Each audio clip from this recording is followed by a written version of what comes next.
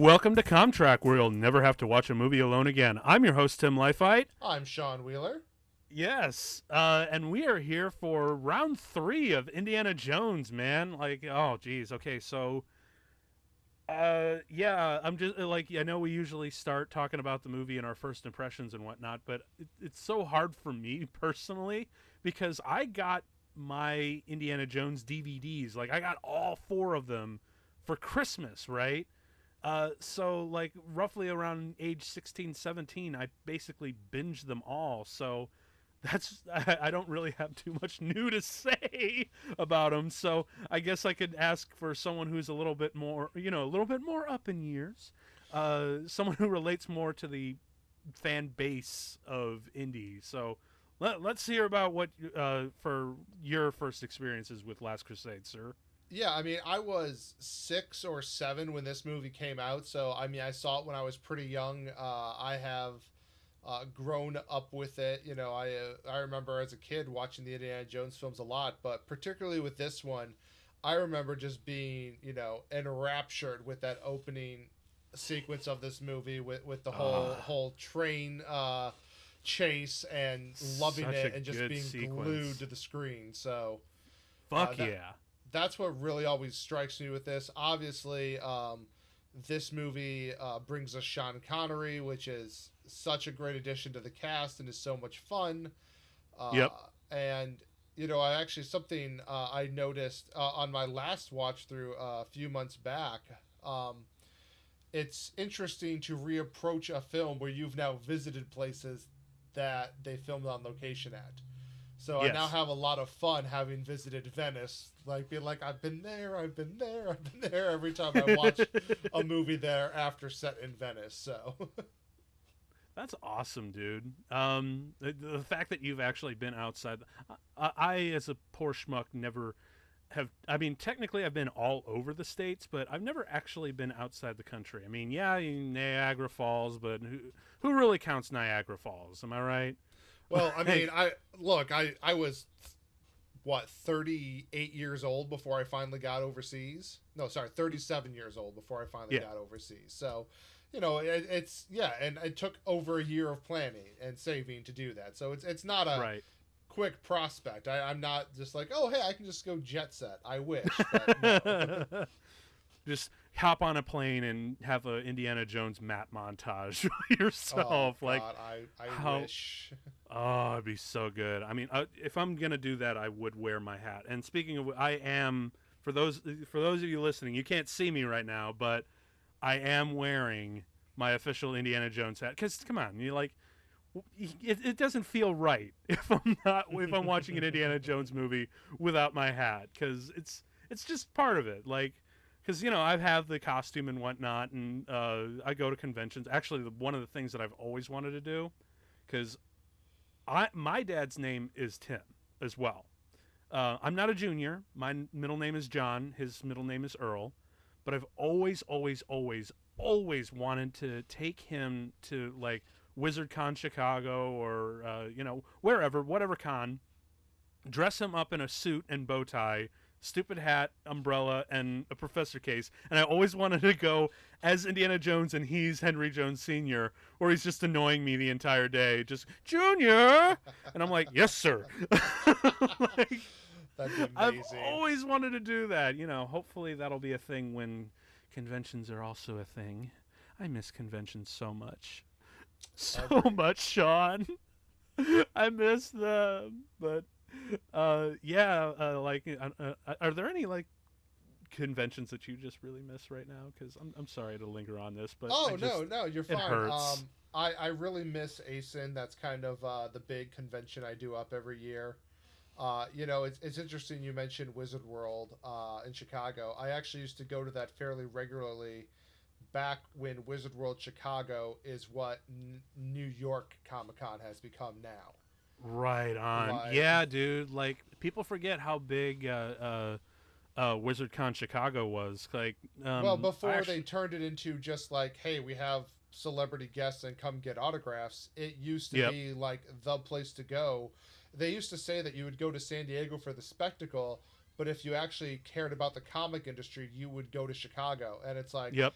I got to meet and be in panels with so many of like the legendary writers like um, Bendis and Warren Ellis and Azzarello, and I mean I've just had so many wonderful times and experiences.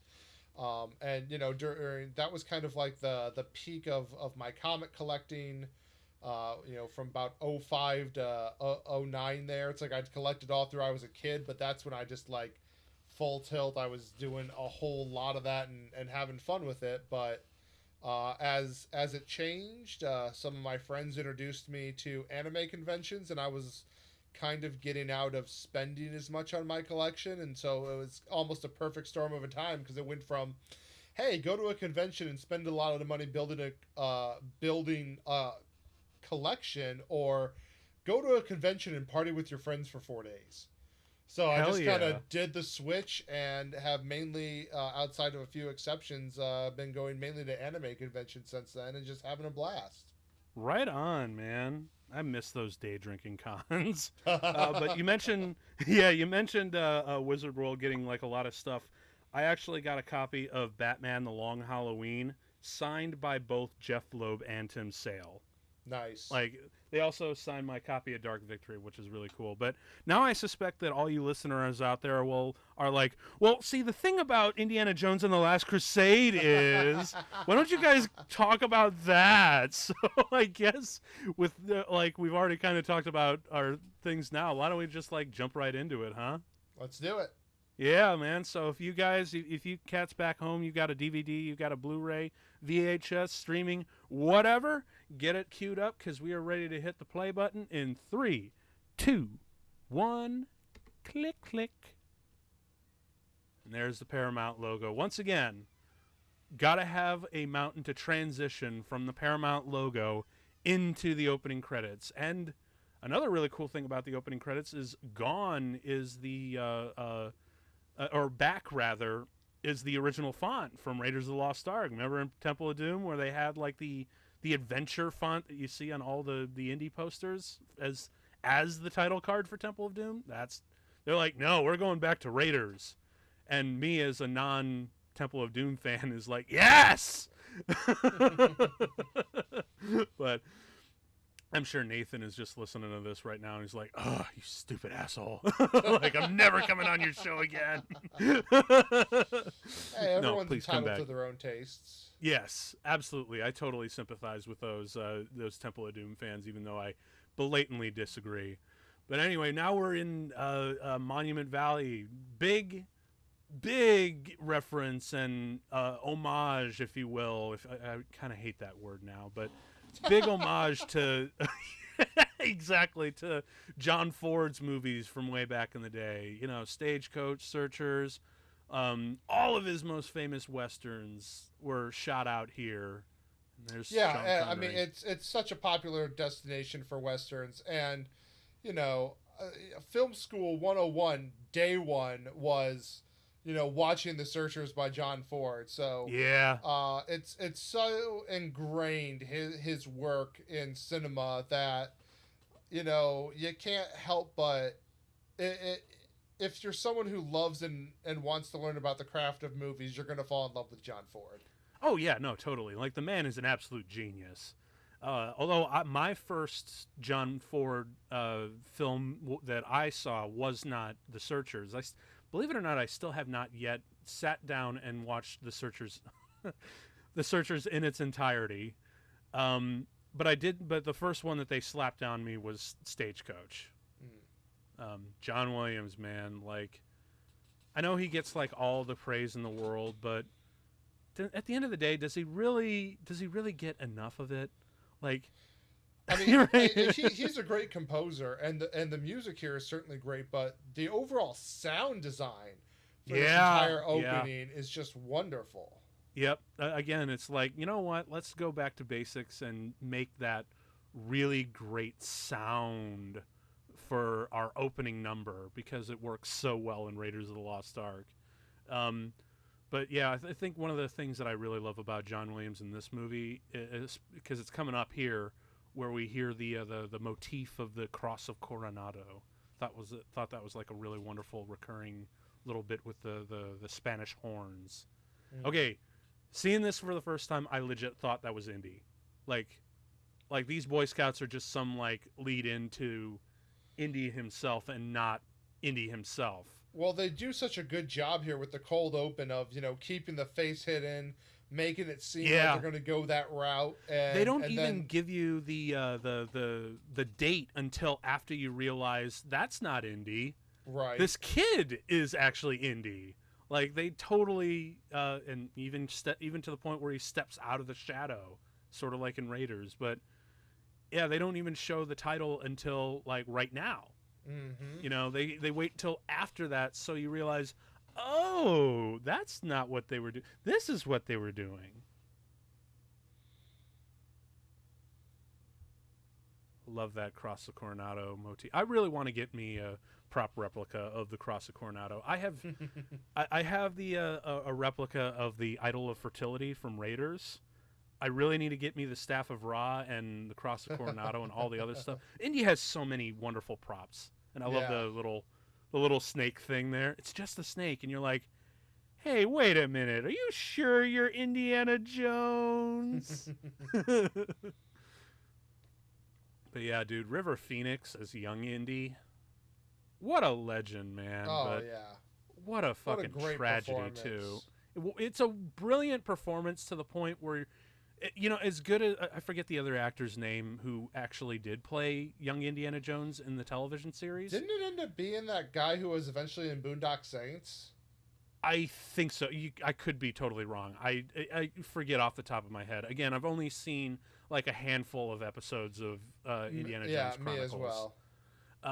But as it's not that I hate the actor or anything, but one can only imagine the level of nuance and subtlety and action that River Phoenix brought to young Indiana Jones in that show.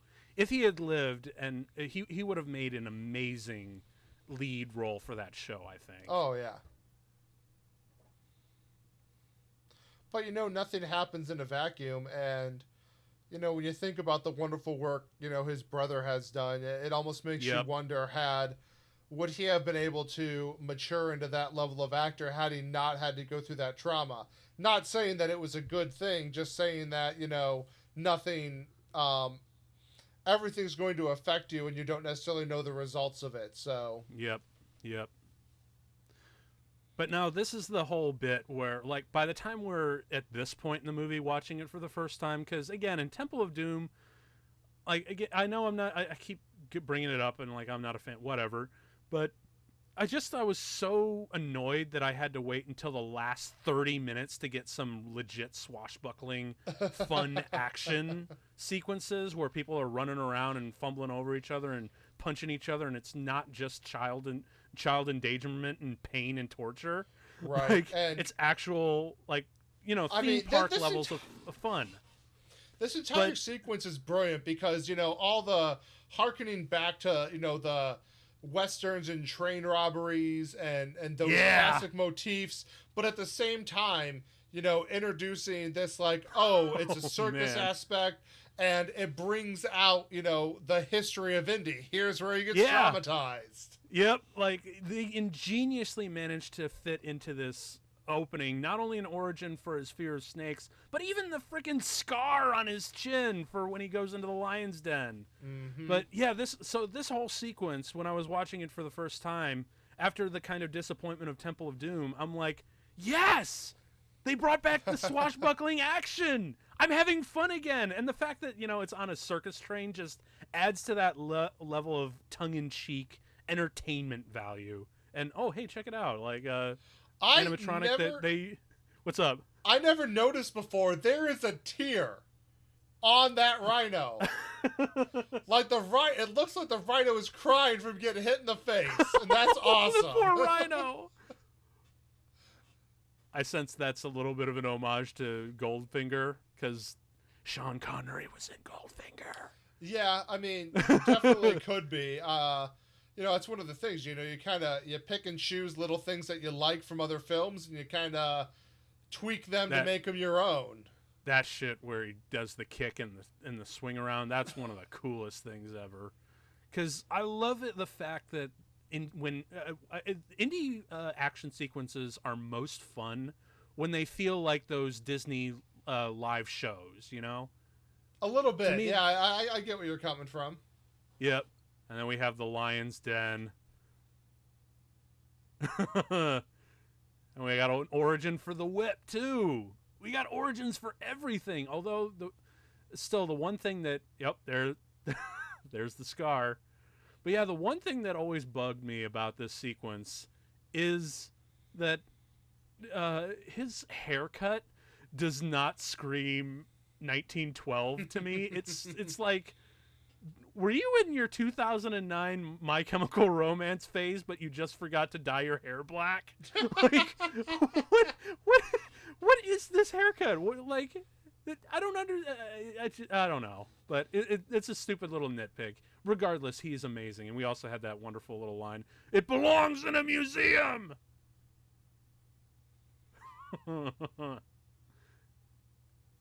And just when, okay, so we've established that these movies do have like a little bit of pixie dust, a little bit of magic to them. Oh, for sure.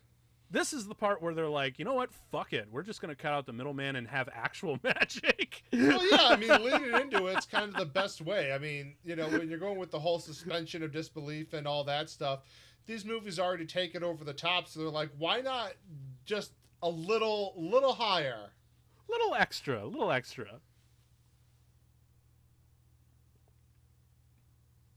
Oh, yeah, the other cool thing that I just remembered, it's not technically canon. I think it was referenced in like a comic book or something, or it was in an early draft, but that guy there, that was supposed to be Abner Ravenwood. Oh, can you imagine? Great. Dude, that would have been amazing. I really wish they kept that as canon, but no. Jones residence. Yee, doggy. That's Indiana. Because for those of you who don't know, like, not only did George Lucas actually have a dog like that named Indiana, and it was, you know, the inspiration, you are named after the dog, but it was also the inspiration behind Chewbacca. Like, he saw his wife at the time, Marcia, driving out of the back, out of the driveway, and Indiana would ride shotgun, like be a co-pilot. And he thought that was a really great little image to kind of rip off and be like, oh, wouldn't it be really fun if there was like a space pirate with a fuzzy dog man co-pilot? So that became Chewbacca, which is kind of cool.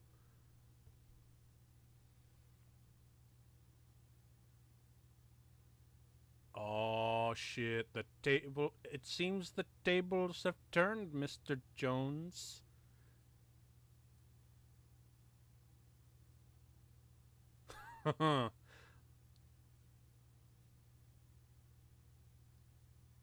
Those guys, the little the looters with them. Mm-hmm. Is it me, or are they just a little bit too excited? Like they're just constantly wow, wow. Like, dude, like, are you profiting off of this? Isn't this like also just going to be like taken to a collector? Like, you must be getting paid a lot of money. Right. Love this transition. Yeah, boy.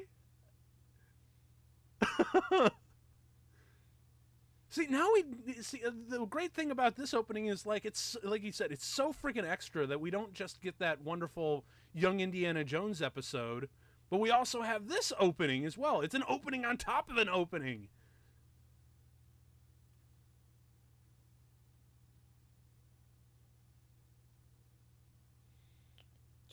Oh, I just love how they shot this. Right. The rain and everything. And again, it does, you can clearly see it's, wait. That line and the delivery and the good. flaring eyes, it's, I love the cliched striped sailor bad guy costumes that they have these guys in, and how it's clearly just a set with water being dumped on them, but it adds so much to the pulp.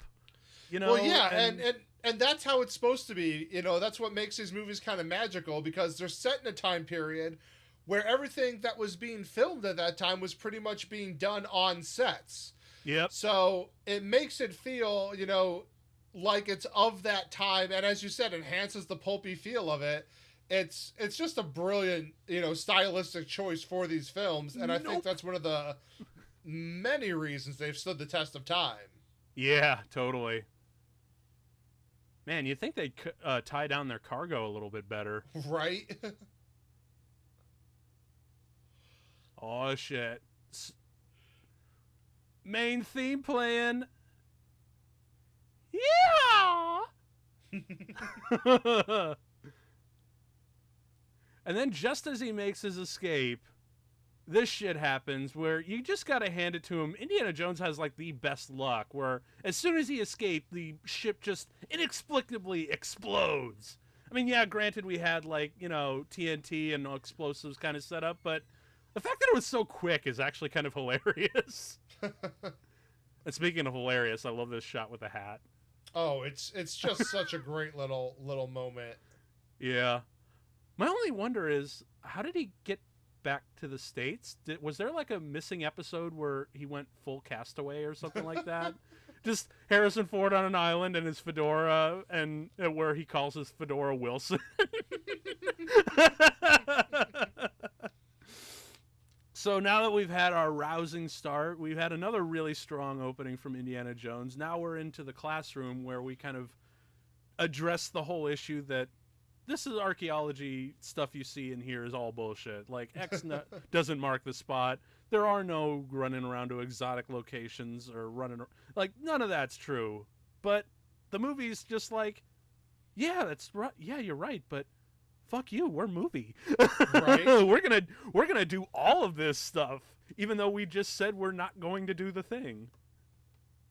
It's like those great memes you hear out there, like, I'm not gonna do the thing. Don't do the thing. I'm going to do the thing. I like the fact with how they filmed that scene, though. It's like they clearly made it show. They clearly showed that female students still loved him without anything as blatant as the "I love you." Yeah. Yeah. Well, you can't totally repeat it because, I mean, when you look at the opening of this movie and Raiders, this is actually kind of a rehash. Now, take like a few steps back, like, we had our rousing, episodic opening, and then we go right into the classroom, have a little bit of comedy beat with, how cute he is, and then Marcus comes in and there's exposition about an item that he just got, and then it leads into exposition of the main MacGuffin for the rest of the movie. Right, but one of the things that I think plays so well is that, yeah, it's a rehash, but at the same time, this is something that they've done many times. Like, that's his and Marcus's relationship. He comes back from one of his, acquisitional adventures, and Marcus shows up and is like, "What do you have for me?" It's like Amazon Day for him. So I wonder how, based on how he treats his students in this scene, I wonder how he's if Indiana Jones was around these days, I wonder how he would be rated on RateMyProfessor.com. It would be straight half and half. They'd be like, "This is the best class to actually take for in the classroom. Just don't expect your grades or anything else in a timely manner." Because he is off doing way more important shit. Like, he just straight up abandons them. He's still kind of that scoundrel that we love. Oh, yeah. I mean, and that's just him. He has an escape plan for everything. Yes, he truly does. Although he can't escape, weird, vaguely government officials or figures of authority to send him on another quest. I love just how they conveyed so well there with the guy behind him, the threat. Just well shot. No words. It feels needed. almost Godfather, Yeah. And speaking of Godfather, we've got the bow tie and the tuxedo and the red rose for the lapel. And like, I know think it's actually a carnation. But I know for a lot of fans, like, they always are like, "Oh, we get a little tables of turn sort of thing. Like, are we getting a new ally here?" Like, right on. For me, even though I had no no context for the movie. As soon as this guy walked in, I'm like, villain, villain, like straight up. I knew. And it wasn't just because the dude was in Star Wars. For those of you who don't know, he was General Veers in Empire. He was the guy who was leading the AT-AT Walker attack on Hoth, the devastating Battle of Hoth, which was pretty cool. But yeah, as soon as he walked into the door, I'm like, "You're the villain. Hi, I will be your villain today." What I really love about this scene is, they obviously needed, another setup scene. And, as you were talking, there are some parallels that are drawn from the first Indiana Jones film. Yes. What's fun here is, like, they knew enough, like, okay, we can't have it that parallel. We can't have it back at his own home. Yeah, otherwise it's going to be a straight-up rehash. Exactly. But, so they wanted to blow it up and have some scope. So, you look at the background and you see, the wonderful vista. This guy, you get the impression of how wealthy and well-off this guy is. But you have these beautiful artifacts around. So he's still clearly someone in Indy's world, like interested in history and artifacts. Yeah. Because it really is amazing how props can really tell your story and add so much to it. Like that's why I think the movies like this in general are reasons why I freaking love prop designs and prop replicas. Like I actually have a prop replica of the Idol of Fertility from the first movie, and I really want to get all the props. You got to have all the Indy props. You got to have the Cross of Coronado. You got to have the stones from Temple of Doom. You got to have the Grail Diary. You got to have all of the even like the Staff of Ra headpiece. Got to have it all, man. Like it's just never enough. It's never enough with Spielberg. You got to have just everything. Indiana Jones is like one of the harder cosplays to do a full completion because the dude has so many accessories. Oh yeah. One of these days, I hopefully maybe they already have, but Hot Toys should put out like their 12-inch figure with Indiana Jones and all of his varying accessories and costume variants. Because I mentioned before, but like one of the things that I love about Temple of Doom is actually his look in that movie. Like Indiana Jones with the torn shirt and cut muscles, like. No jacket this time around.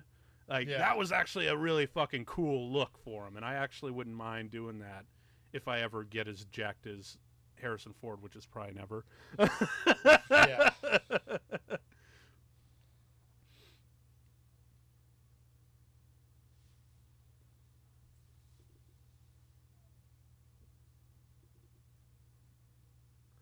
The dead brother who was there for God, he must have been there for like what 700 years or something like that. Oh yeah. Well, I mean, it said it came out after the Crusade, so 1300 at the latest. So yeah. Yeah. About 600-700 years, easy. Yep. Did you ever see the Robot Chicken sketch of that actually, where there's actually a really funny Robot Chicken sketch. I'll get to the punchline when it comes to. Fuck it, I'm just gonna say. So it's like all three brothers go in, and like one of us has to guard the Holy Grail, right? And one of them just leaves, and it's just him like reading the book, playing with his sword, jerking off, and just like think I'll grow, like just sitting around like, think I'll grow a beard, I guess. And then when Indiana Jones shows up, he goes, "Are you the pizza guy?" Like, it's really funny. I love that sketch. Robot Chicken continues to bastardize so much of shit that I love with so much love. All right, we're back to the new Jones residence, and immediately we can tell that something's not quite right. Dude, the fact that they staged that with the curtain reveal, yeah, just shows off how good Spielberg is with his blocking.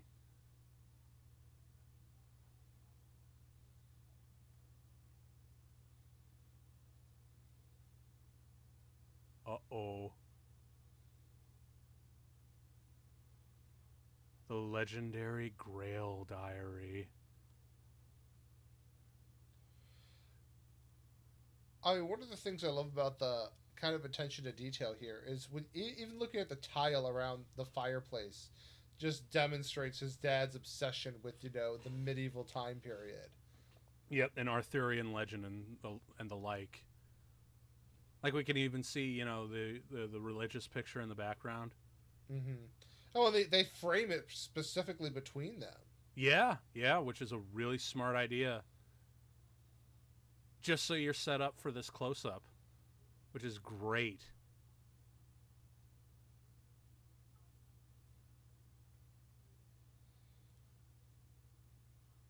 And I do love the fact that does concern and interest and intensity so well. Yes, he does. Oh, you know what I really love here? In this one, he actually is questioning whether or not it does exist. Not just because the fact that his dad was looking for it all these years, but the fact that this technically takes place after Raiders of the Lost Ark. So the stuff that the lore and the mystery and the power behind the Ark of the Covenant, he knows is real.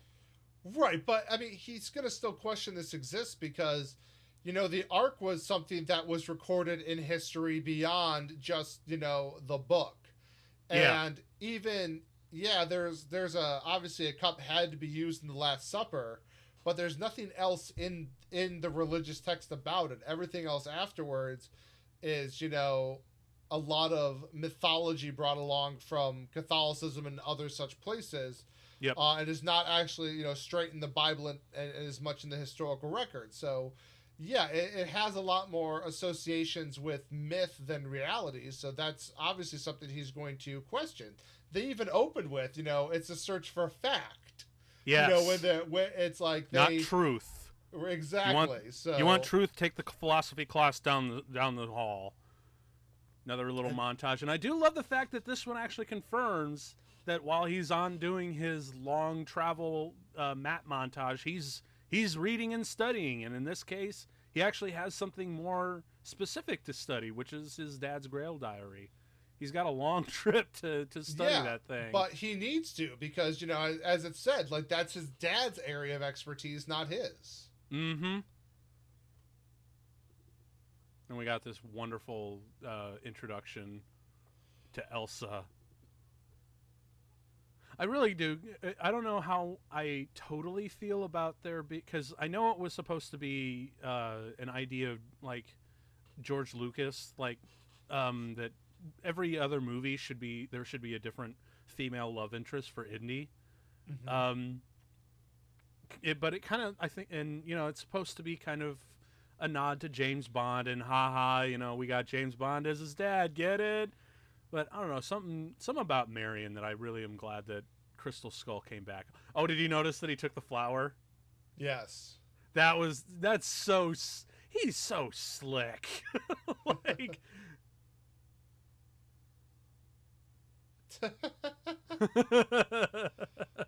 And I love how Marcus is clearly the third wheel friend in the framing. Specifically, like not both thematically but in the actual blocking, he is quite literally the third wheel friend in this. Right, but at the same time, he's also the guy like with his head in the game. He's like, we're here for a reason. Like, let's get at it.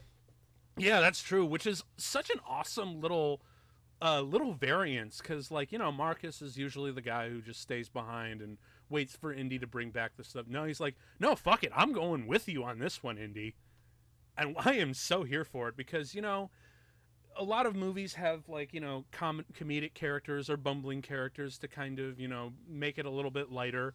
And usually they can have that misstep of being the worst character in the movie. Like the character that, like, why are you here? Go away. I never felt that with Marcus throughout this entire thing. And as a matter of fact, someone pointed that out to me earlier or later on. And it occurred to me that, I'm like, yeah, I totally didn't even notice. That didn't even register with Marcus.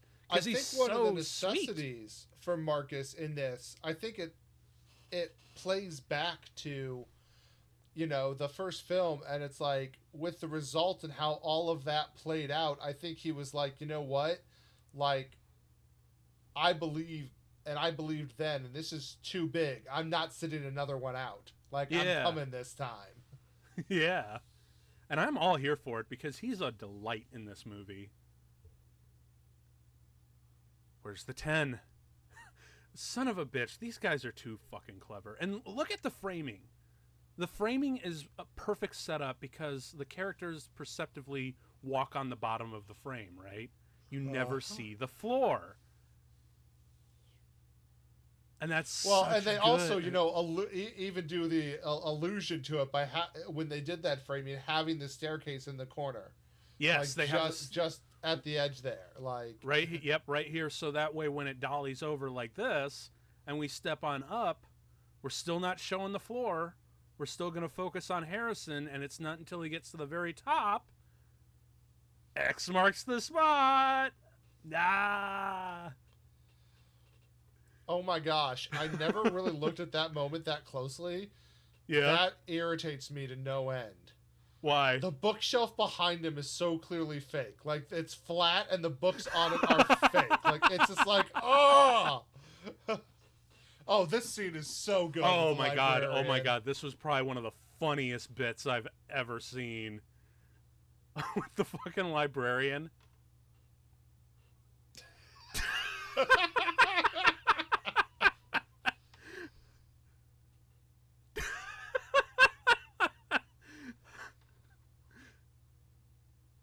And I love how they break up the editing by not showing it a third time. They just kind of imply it. Right. And then this wonderful beat.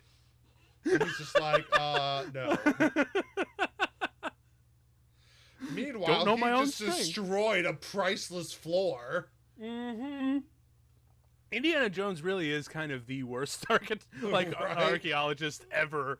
Like, he'll just vandalize shit left and right in hopes that maybe there's a more valuable treasure. All right, so the first one we had lots of snakes. The second one we had a shitload of bugs. And now we're gonna get our big reveal for our recurring motif for this one, and it's and in in relation, it's actually Spielberg's favorite curse word, because he was actually on the Inside the Actors Studio with James Lipton. Wonderful show, by the way. God rest James Lipton. But when the time came for the questionnaire, and James Lipton asked Stephen, "What's your favorite curse word?" He looked at him and just said, "Rats."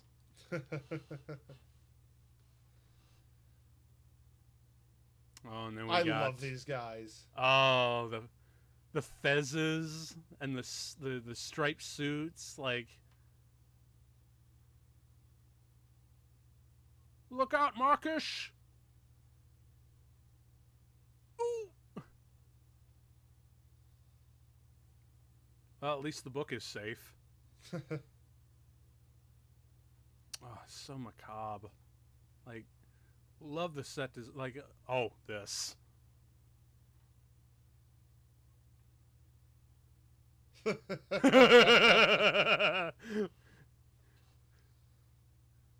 I guess for me, that's what makes a good Indiana Jones movie. Is there a reference to the Ark of the Covenant? No, fuck off. Like, because we had it in this one, we had it in Area 51 for Crystal Skull. Like, hell yeah.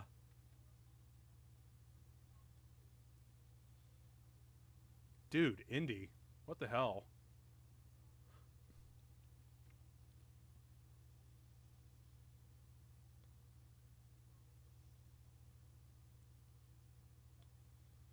So they're going to step into petroleum with a fire. I think what's even more hilarious about that is like, hey, it's petroleum. Really? Petroleum in a floating city. Yeah, right? Like, how has, okay. Also, like, you're just going to set a fire and hold it over this petroleum? Petroleum? That's with smart. rags? Like, Hey, look at it. It's the prequel to Ratatouille.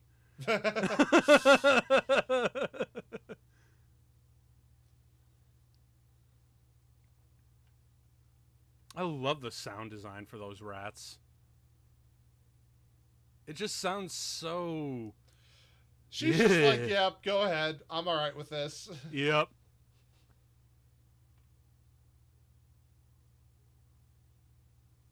And I love how they keep them mostly in either silhouette or with their shadows.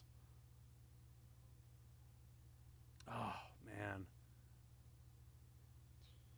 Okay, this part always just made me a little. It always makes me cringe just a little bit. Where he steps on the one. Ugh.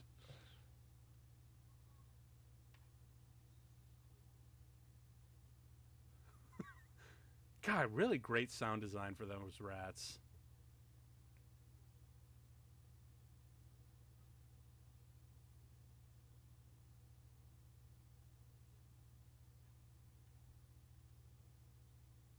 It's the tomb. Did you just see? Okay, I feel like I've seen it like multiple times throughout this sequence, but do you notice like every once in a while sparks and shit fall off the torch? You would think they'd be just burned to a second. Yep. Like, oh like, yeah, look, like right there. oh yeah, Just, yeah. You'd think that would just Right, be and they enough to just hit set the it water off. like it's supposed to be petroleum. He's literally dripping flames onto this very flammable liquid that you're on.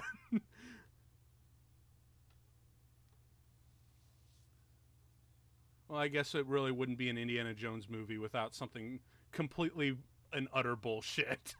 Right.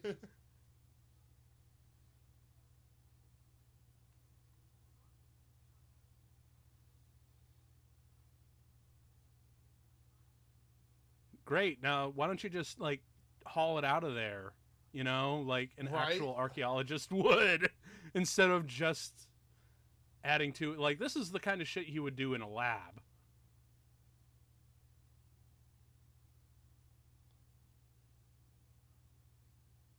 You know, I know that they set that up nicely, but I really wish there was more payoff to that. Like, I wish there was one more scene with like a shitload of rats, but his dad was involved, and we got to see just how batshit scared he would have been. I want to relate just that brilliance of that shot with like lighting the match and the look on his face and the eyes. Yeah. Oh, I mean, they did a great job of casting and just getting the people who could just be so expressive at the necessary times. Yep.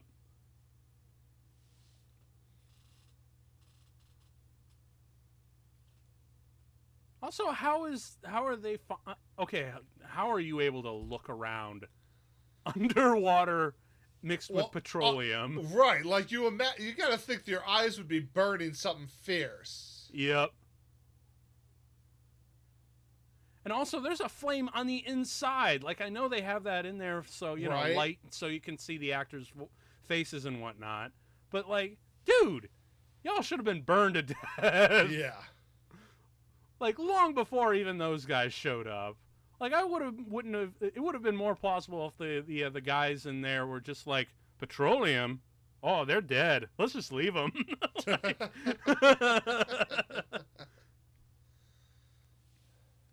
But then, of course, if they had, we wouldn't get this magnificent chase sequence. Oh, yeah. Like, at first when I watched this, I thought, oh my god, is it going to be like a low-speed chase with rowboats and whatnot? Like, but no, we get some really cool, like, motorboats here. Yeah, and they're like, you know, the vintage, like, rich, like, speedboats of the time period. I love it. Exactly. Love the look at it. Love the glossy wood of them all. Mm-hmm. And then, of course, and even like do you notice how John Williams is being coy with us, and he's using those Italian kind of accordion kind of string sections for these kind of things? Love that, man. Oh, it's so good. Although I gotta hand it to Spielberg, like he's actually, because you can tell they did this on a location, like this wasn't in some backlot or something. Right. But he's actually doing an action sequence with boats post Jaws. Right. Like, you gotta give it to the guy for being brave like that and going back into the water. Yeah, I mean, he after all those horror stories from Jaws, I mean, doing stuff on the water, but it's Venice. How can you not have a boat chase? Yeah, right. And I don't know if we've ever seen anything quite like to this extent before.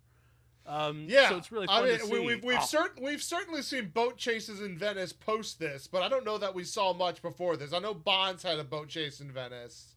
Yeah, but that was about it. Oh, dude, I love how Hollywood the squibs look. Do something!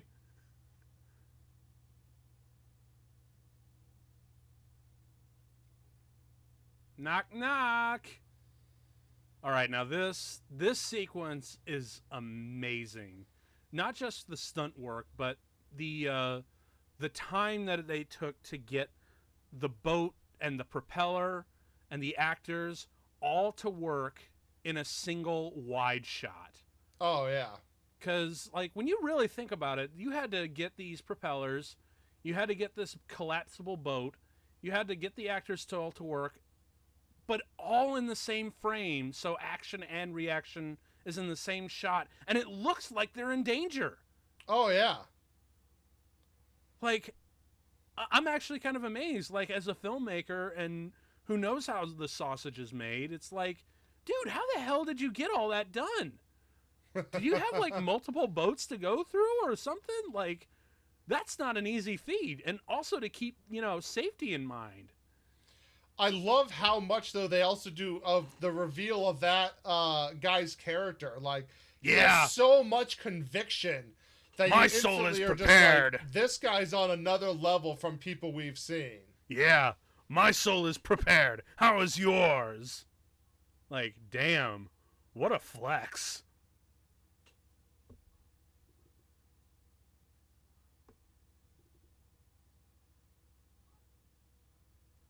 Oh, that's so cool. The tattoo. So in later years, I've always been a big fan of Jim Croce, but it might just be because of the naturally curly hair and the distinct mustache. But this guy really always made me think. Makes me think he looks like Jim Croce. I guess it's just because I'm a huge fan, but. When I pointed that out to myself, I'm like, fuck, I can never unsee that.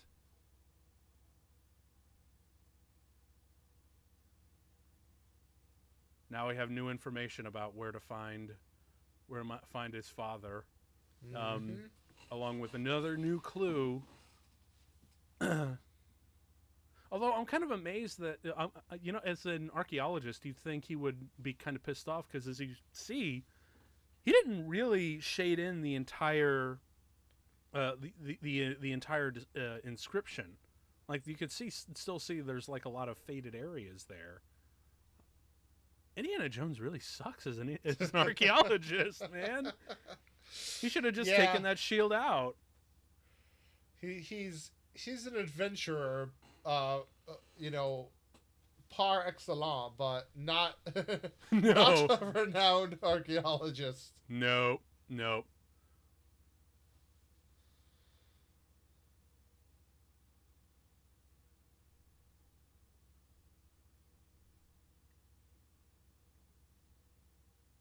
Dude, what I would give to have like a full replica of the Grail diary that they made for this movie. Like, just to go through it and read it and all those little different things and kind of pick up on it and try to figure out, what they perceived as the history of it for the film. So, because I've seen tons of if the interior scenes here are being shot in Venice, but the attention to detail with, like, the chandelier that is, of course, going to be like old school for that time period, Yep. Murano glass, Yep. the The busts of the like Greek right, gods and the whatnot. Venetian masks that were on the wall. It's just like, it's such, those kind of details are important for authenticity, and they're just nailed. Yeah, yeah.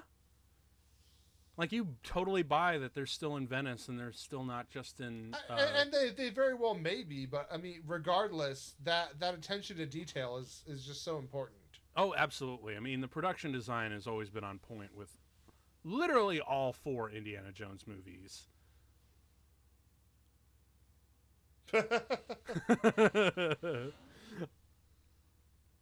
I really do love their little banter here. Specifically, the whole bit where it's like, "How dare you kiss me? I'm supposed to be the one who kisses you." Because I will say the thing that is consistent, there is always legit a really good moment to have with the female leads. Like, there's always one great scene. And he's in a robe again. Of course, yes.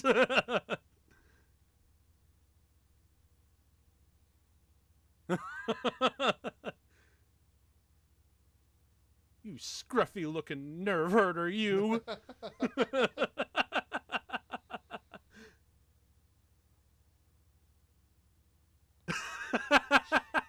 Dives right back in.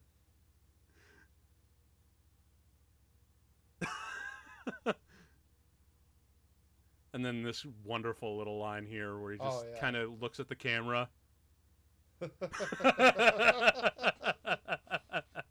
That's great. And now going from Venice all the way into the heart of the beast.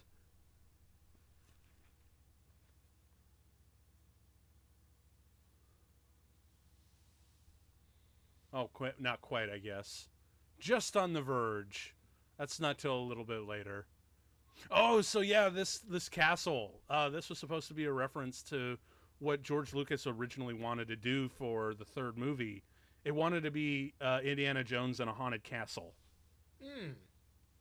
And this was kind of their compromise that, like, Spielberg's like, that's kind of dumb. Even though I would totally watch that. I would totally watch Indiana Jones in a haunted castle, but this was his kind of compromise. I love this moment where Harrison Ford gets to be funny. He does, but like a beret. Yeah, a beret and a thick Scottish accent.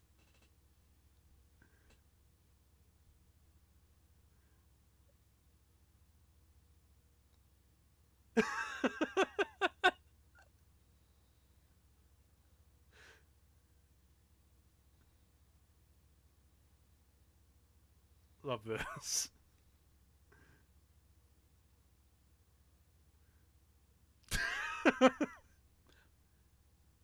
Pow. Great little scene. And into a tapestry. Oh yeah, you're totally right. I just noticed that. That's great.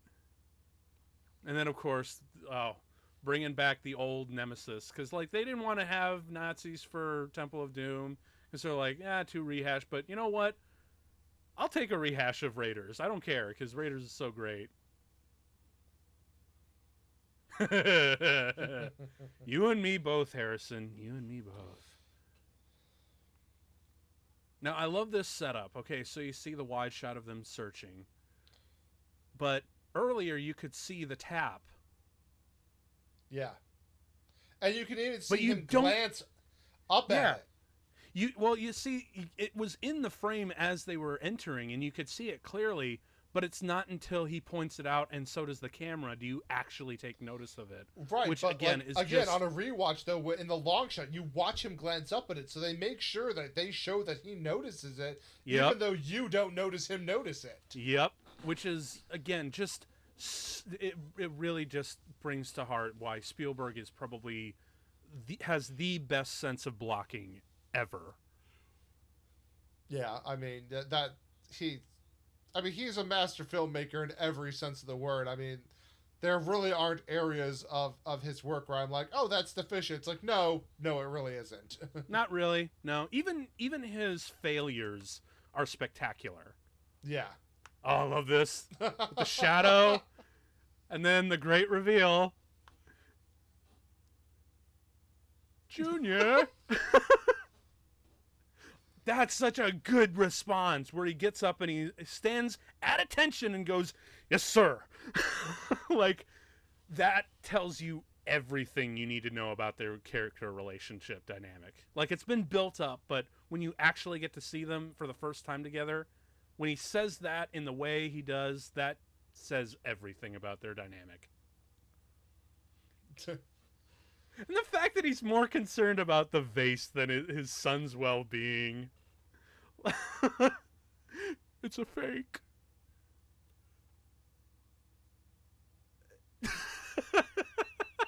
the look of disappointment on Indy's face.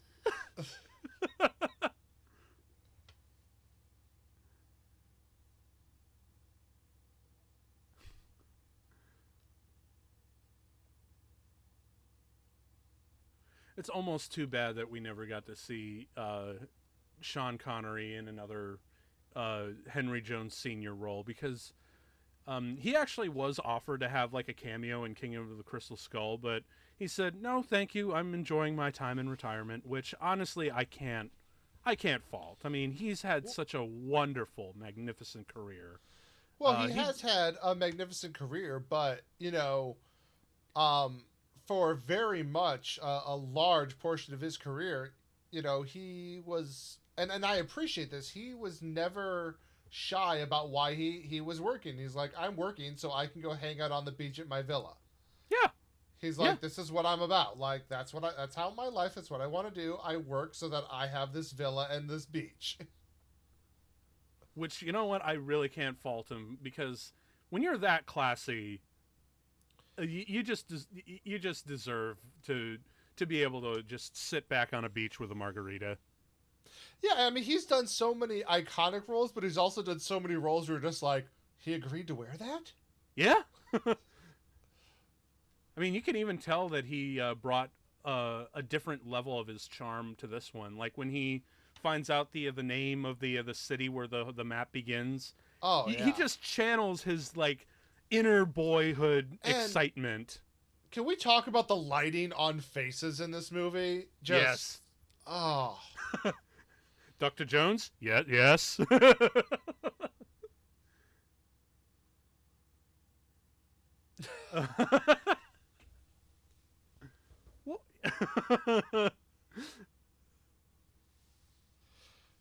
of the best lines ever coming up. Yep, I just love the look on Indy's face where he's like, and then,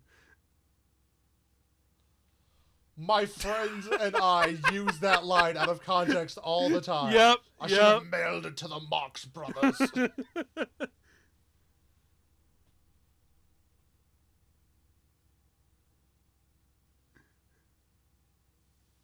Oh, shit.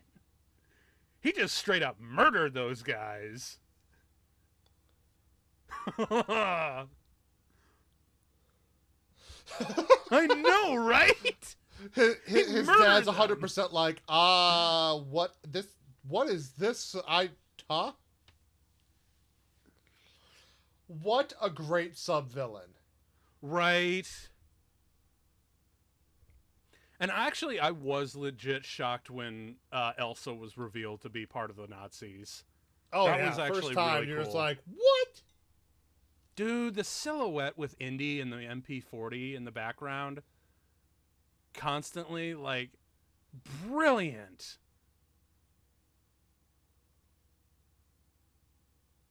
Oh, shit. Set up. Double-crossed.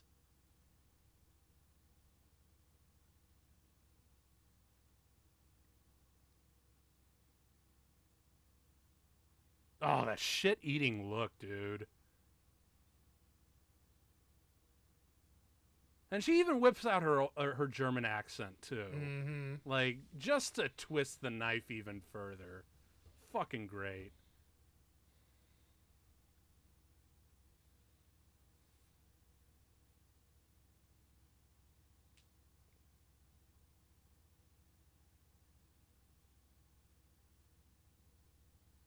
Oh, this.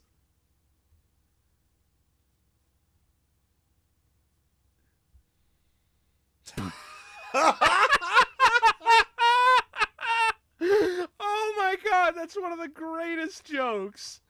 And it just the nonverbal reactions there are just so well done. I know.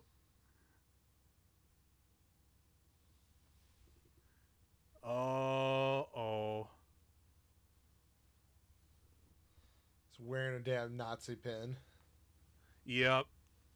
Like, I knew he was going to be the big villain, and this wasn't that big of a reveal to me, but I still, like, know a lot of other indie fans are like, yeah, that was actually kind of a cool reveal.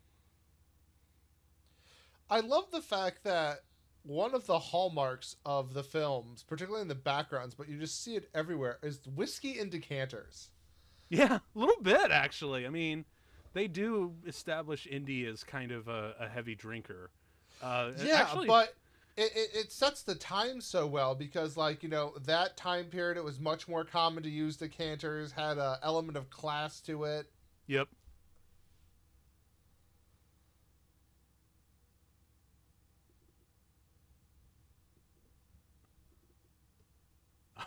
this wonderful setup where it's one of the most amazing bluffs I've ever seen.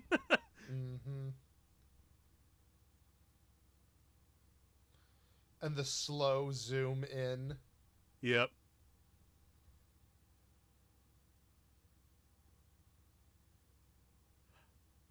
And I say, does anyone help? Right, not only zooming in, but like coming up slow, like lowering it and tilting it up to like show like this is a power move. Yeah, it's so like it's so earnest and hardcore. And then here when it cuts comes! to this Sala! Oh, I missed Sala. Like, he's like one of my favorite sidekicks. I really he's wish so good. Yeah, I know.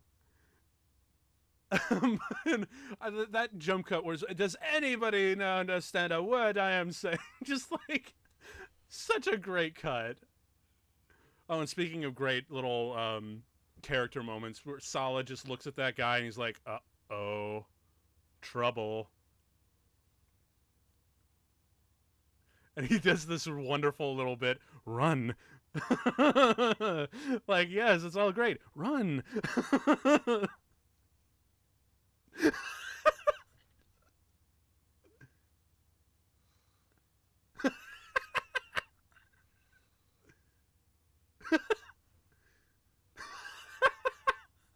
I love that. He's just trying so hard, and Marcus is just completely clueless. Oh yeah, he's oblivious. And Sala's run, gives him such a succinct kind of run. So I thought that this would be a moment where we get to have like another like Cairo fight, only it's with Sala, which I thought would have been cool, but no. And right here, just the way he slumps, it's so sad. Okay, yeah, this little bit where you mentioned he's like a wonderful little side villain. Mm-hmm.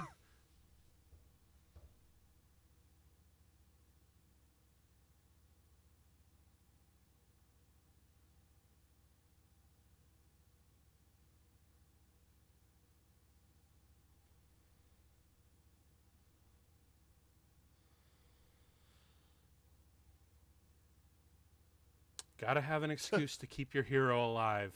Just got to.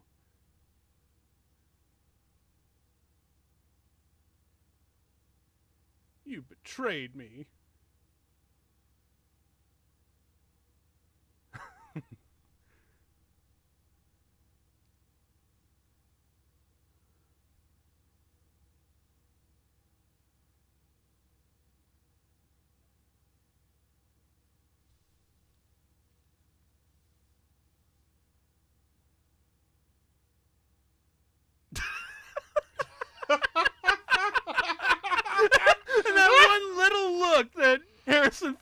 throws him.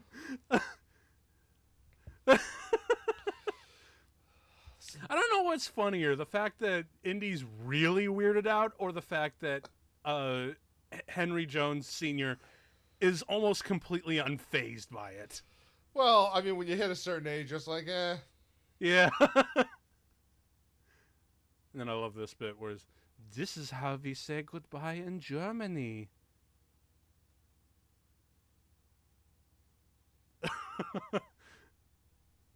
I like the Austrian way better. So did I.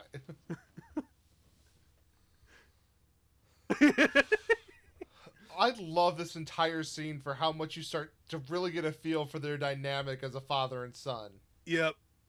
Although my absolute favorite shot with the two of them is when they're tied up, but I'll let you know when it does.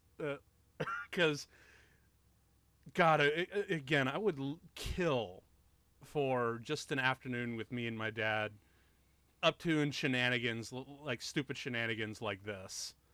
Like they'll put us in like, you know, fake ropes on two chairs, and we can just like have a little photo op with some of the fans.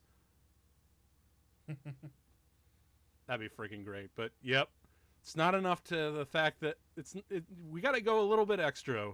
Let's set the entire set on fire. Why not? Well, yeah, you can't just have a little fire. Nope. The floor's on fire.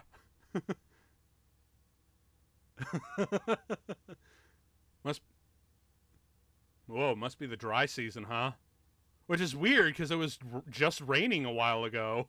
Because that shit catches fire like friggin' straw, man. Well, if you think about how old that carpet is in general, That's true. Like, if it got to the tapestries and all that stuff, yeah. Yeah, I mean, think about it. Like, if you have furniture that's been there for 500 years, that wood's as dry as it's ever going to be. I mean... Yep. Freaking matchstick set.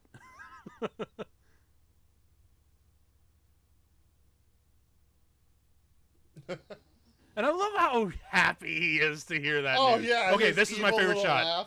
This shot. This is such a great little sight gag, just so perfect. Oh my god, I love that sequence. My dad and I actually will do that. Like, Dad, what? Dad, what? Dad, what? I love that shot so much. Oh.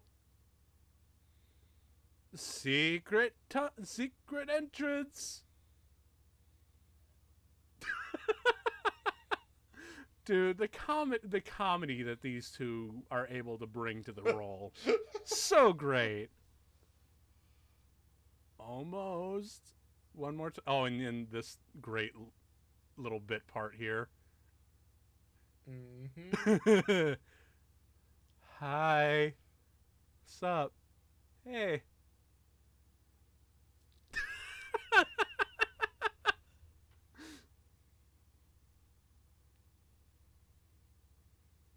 Dude, come on. How did you miss that shot?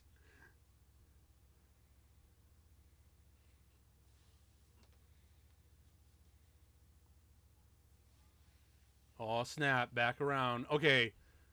We mentioned really great blocking, especially in terms of the action. This shot that's about to come up where come out of the bottom, but this bit right here. Oh, yeah. Punch.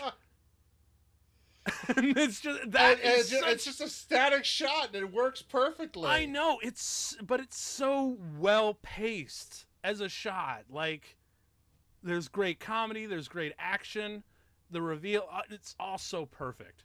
I love that. And you can just like the absolute annoyance, like, come on, Dad, like I'm in charge, you're not on top of this. And yet he does bring a little bit of wisdom. All by just having a good sit.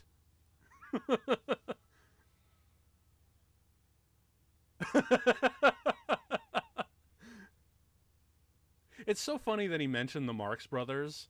Mm-hmm. They do have a little bit of Marx Brothers dynamic going on a bit here. Like that's that call is perfect. More boats. That look.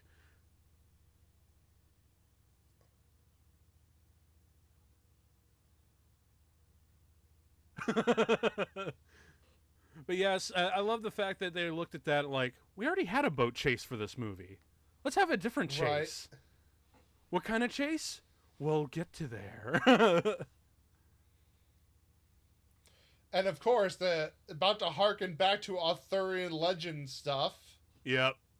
Ah, it's see, look, that reveal doesn't make sense logically, but it makes so much sense cinematically.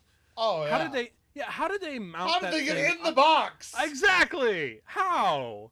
But who cares? Because that reveal is amazing. Now we got a motorcycle chase with Nazis. Like this is This is Captain America before Captain America. Because I remember, because I think I remember my dad took me to go see the first Avenger for the first time, or like I went to go see it a second time with him. And when he saw that, and he's like, "Oh my God, they're totally just stealing off of Indiana Jones," and I'm like, "Yeah, the director worked on the movie, so of course." But you know what? I'm here for it because damn, this sequence is amazing. Oh, dude, I would love to have me like a vintage motorcycle like this. Again, just to do this. Those classic kind of motorcycles where they have the thinner tires are just they're great. But even to have like the sidecar and again, man. Oh yeah. I really wish I had so much more money so I could do this kind of shit with my dad. Right. Because I know he'd have the time of his life with it. Here it comes. Yes. And now we've got jousting. Yeah, bitches.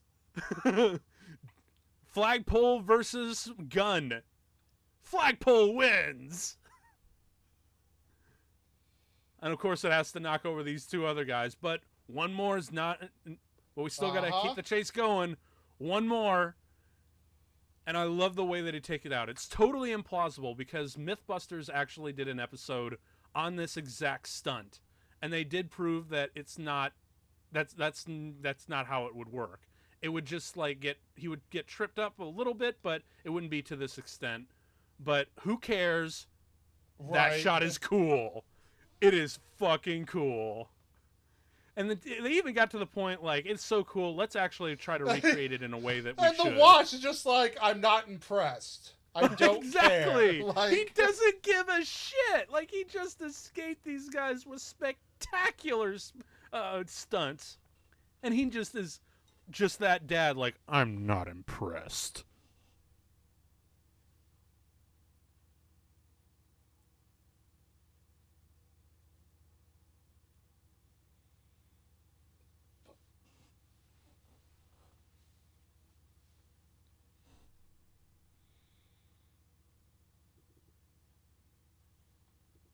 You know what's another really great thing about this scene? We just had ourselves a really rousing action sequence. And now it's come down to just two characters out in the middle of a park, just kind of talking, and you can actually hear the the sounds of nature. It's very serene and quiet and whatnot. So it's such a wonder. It's so crazy how it's paced, you know? Like we went from this crazy chase sequence to this kind of almost serene moment if it wasn't for the tone between the two characters. I guess from a sound design standpoint, it's really jarring, but it also flows so well anyway. Yeah, another little thing my dad did to me. That's for blasphemy. I mean, it's so perfectly done though, because like you really reveal his character here. His appearance is perfect. He's got the French cuffs showing a difference in style, but then like that moment, that switch where it's like, this is serious. This is not me lighthearted. Like this is beyond important, and you need to get on board. Yes.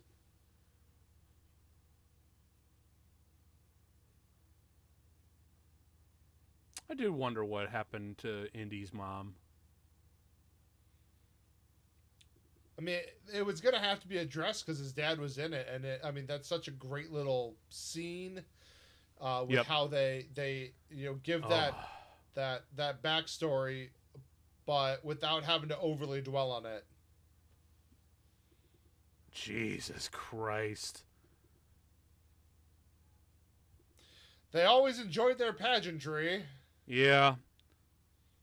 It's looking like America in about 4 years from now. I won't be if that's where this goes. I don't think I'll be alive to see it. Yeah.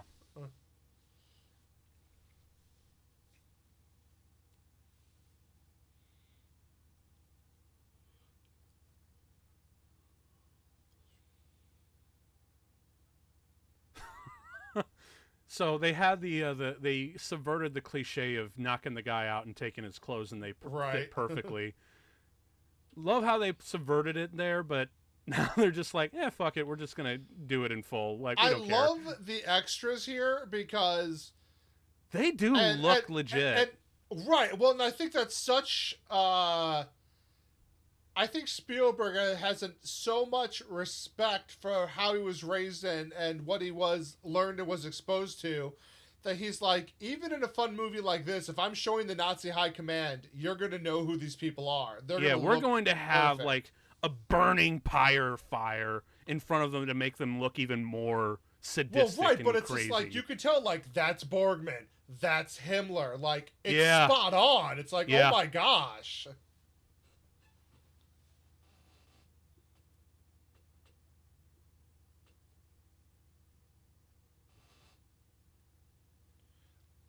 I love this whole scene. The delivery, the blocking, just everything,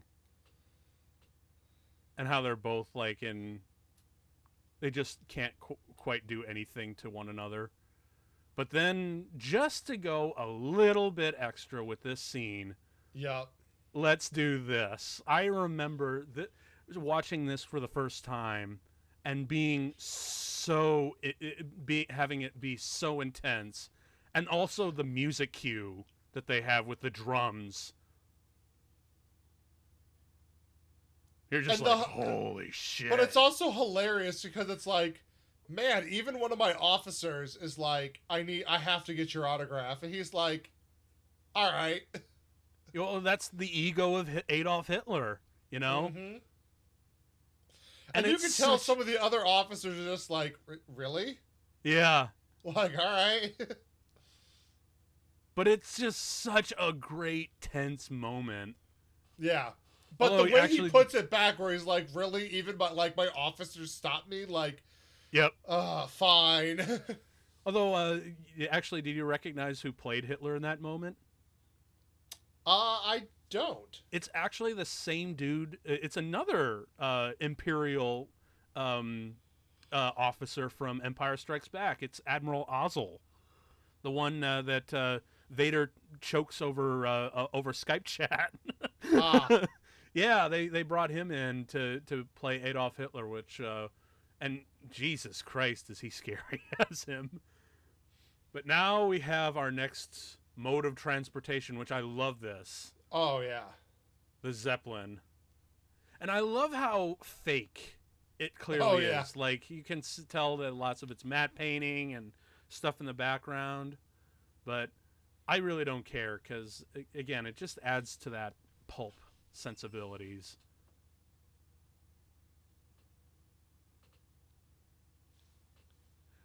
I just noticed something. He's reading that newspaper upside down. Oh, hey, check it out. It's Pat Roach, once again, to appear in Indiana Jones movie and get beat up and killed, which, sadly, we don't actually get to see in this one. So this is the only one where they had Pat Roach in the film. Like, he's there, but he had an extended scene where he got beat up and killed. Mm-hmm. So they didn't get to quite follow through with their running gag of, the same stuntman getting killed by the hero in every movie. But it does lead to this. I actually remember showing this to a friend of mine in high school because he hadn't seen any of the Indiana Jones movies at all. I've never seen him laugh very hard ever. He was kind of like a quiet, reserved kind of guy. but this whole no ticket thing made him laugh for like a solid 30 minutes. Like he would not shut up about this. The wide eyes right beforehand, and yep. Yeet! As the Gen Zers would say, yeet!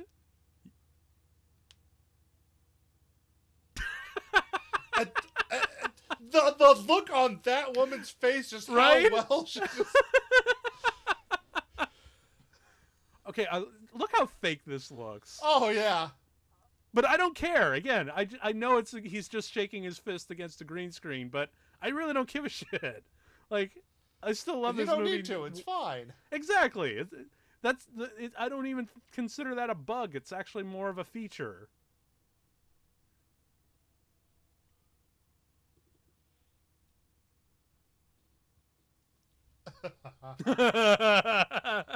Like, we gotta talk about this, Dad. Like, that was really weird. You were completely unfazed. And I have used that line so many times now in life. Ships that pass in the night. Archaeology is a convention than realizing it's like you and a dude you've been drinking with for like 4 hours have like the same extra, like, oh, hi. Yep, exactly. It's just, archaeology is a very lonely profession.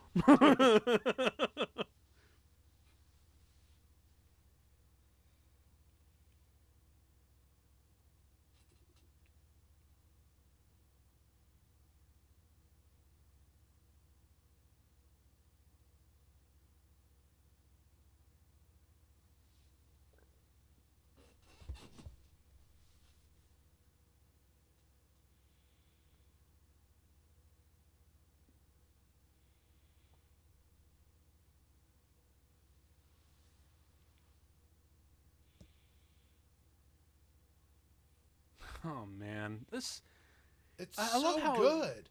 Yeah, because I mean they keep it vague enough, like the specifics, the what and the where and the hows and all that's really not important. What really matters is the why to these characters, which is that's how family dynamics work. It's always comes down to the why. You're not going to harp on the nitpicky shit. You're going to harp on, this is the overarching issue. Like, there is a core to it. Yep.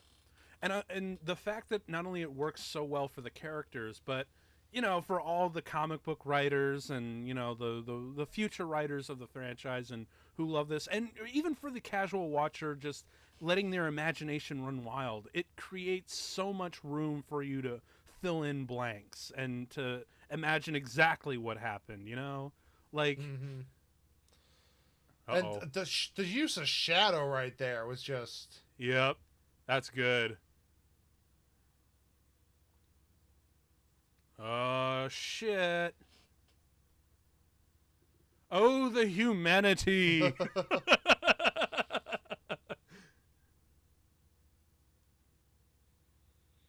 I love this moment because, I mean, this is spot on for, what you would see in the belly of something like that. I mean, yes. the structuring is, I mean, again, that going back to the level of detail they pay attention to. This is a great line.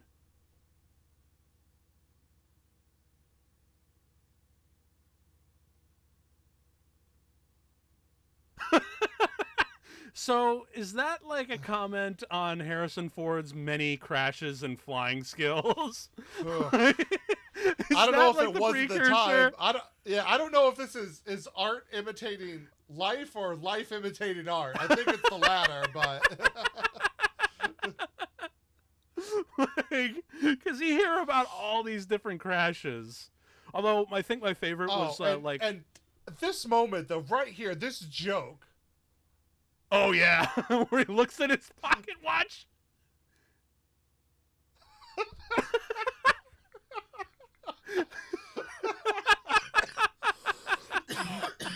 He's so out of his element, but it's so great.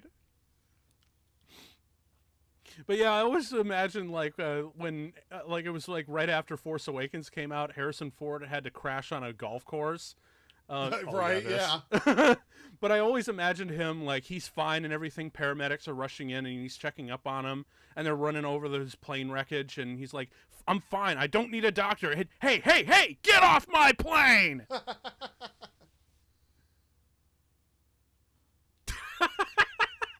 And that is completely, given their whole dynamic, you know, Yep. that's exactly how he would play that. I'm sorry, son.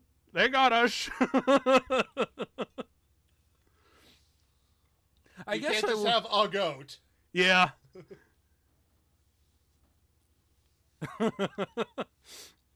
Better than most. I'll give it that for you, Harrison Ford.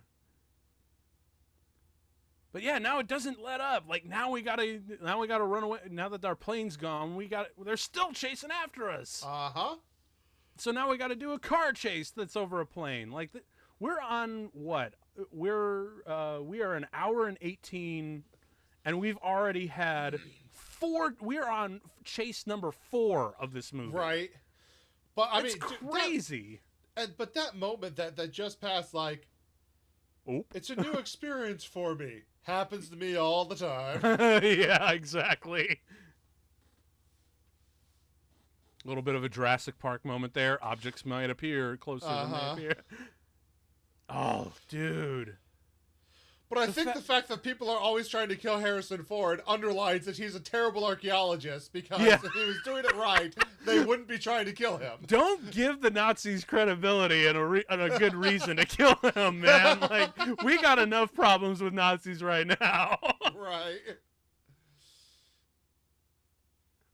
This moment, like...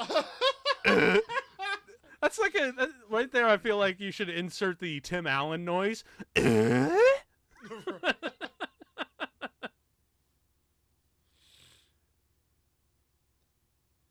I'm sorry, you were saying... Damn, those government will never get rid of them potholes. It's just like, arms, clear off the arms, let's go. This is fine. This is fine. Okay, I'm coming, son. Whoop, whoop, whoop, whoop, whoop, whoop, whoop, whoop, whoop, whoop. Okay, so now you mentioned earlier that Sean Connery just does these movies so he can, like, relax on a beach, right? Right. So now that he's in his element on a beach, he becomes the hero.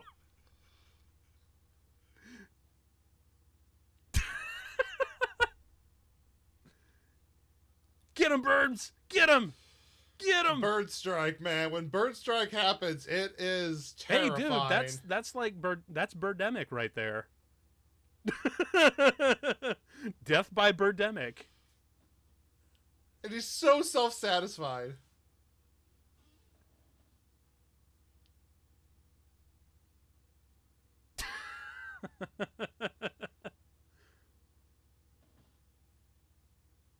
Huh. I'm impressed.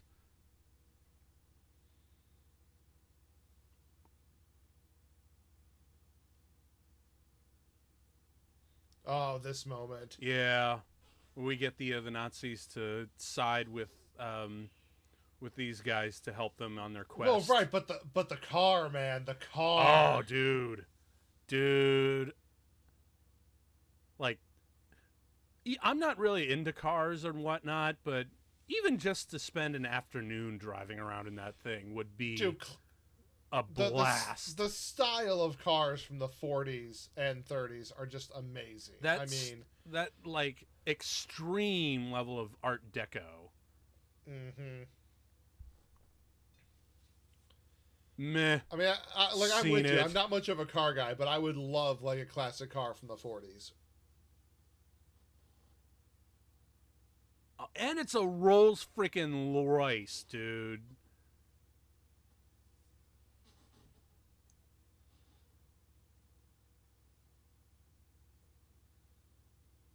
So, is this turning into like a Rolls Royce commercial?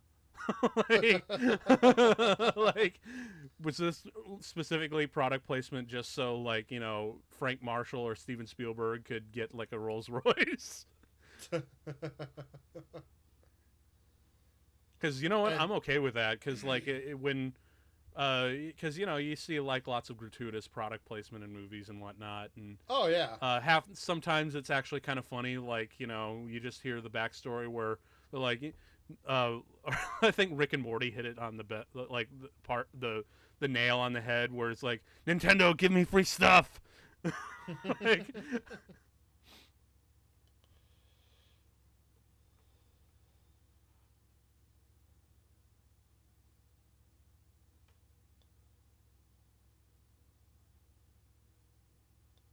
well, shit.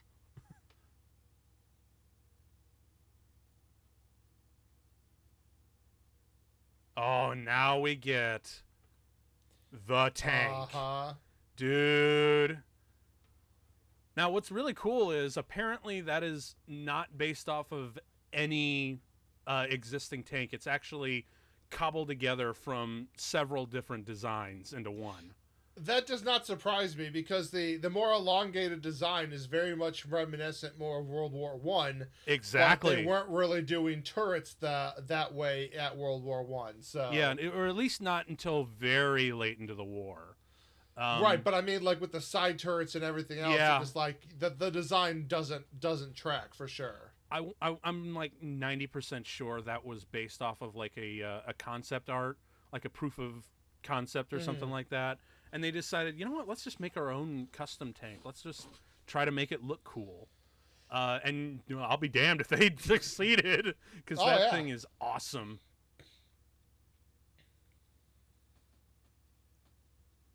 Yeah, they do. Oh, and I love this little moment here. Is like, get down so that where they can't see you. I'm sorry, you were saying.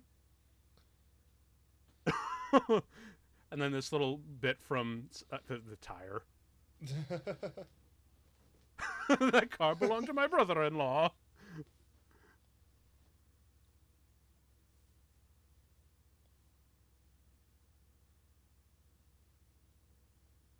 Oh, dude, this whole sequence coming up is just Oh like, yeah.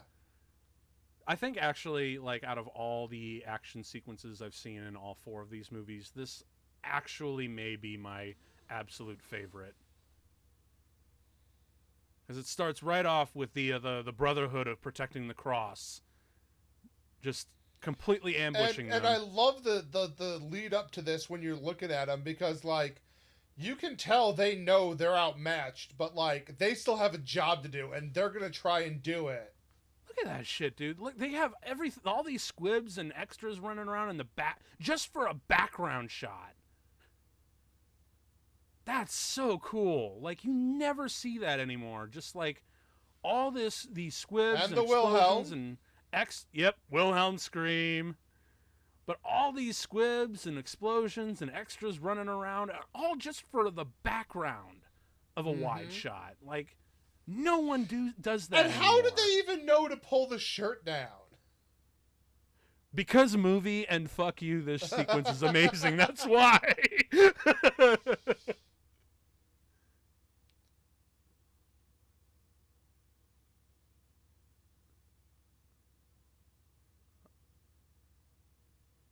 It's so, that blood is so fake, but Yeah. man, is it? Because like It looks great on his face, but terrible on the clothes. yeah, it honestly looks like a combination of paint and Kool-Aid. Like,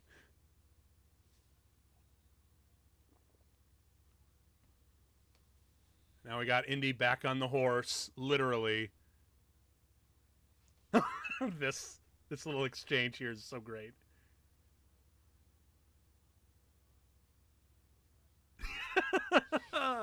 Professors like being nerds, of course. Yep, yep. Love the dynamic between those two as well.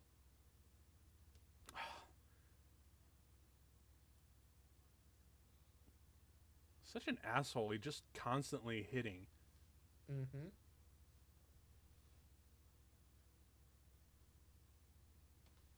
Stop hitting.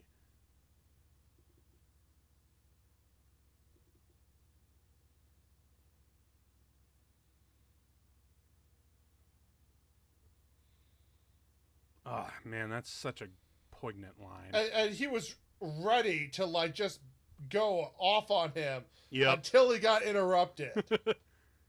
No, the other Jones is getting away. Man, dude, as my fiance used to be an equestrian, I just really appreciate how much effort it takes for him to steal not one but 4 friggin' horses. Right. And And I love without that proper between all of that, it's like they stole like 10 beasts, like, Yeah. in short order. Like, that's no easy feat. And not to mention the fact that he is not wearing any safety gear. Like, Right. riding a horse is exceptionally dangerous, actually.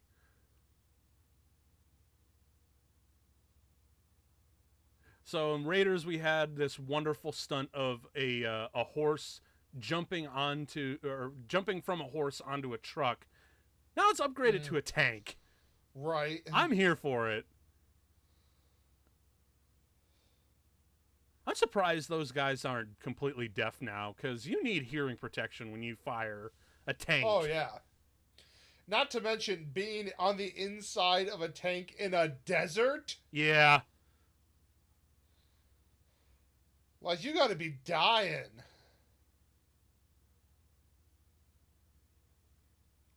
There's a reason why they call those things ovens on treads. No! Now, this I thought was really great. They got the thing lodged on the barrel, so what's the logical thing to do now? Even though there are guys on the inside.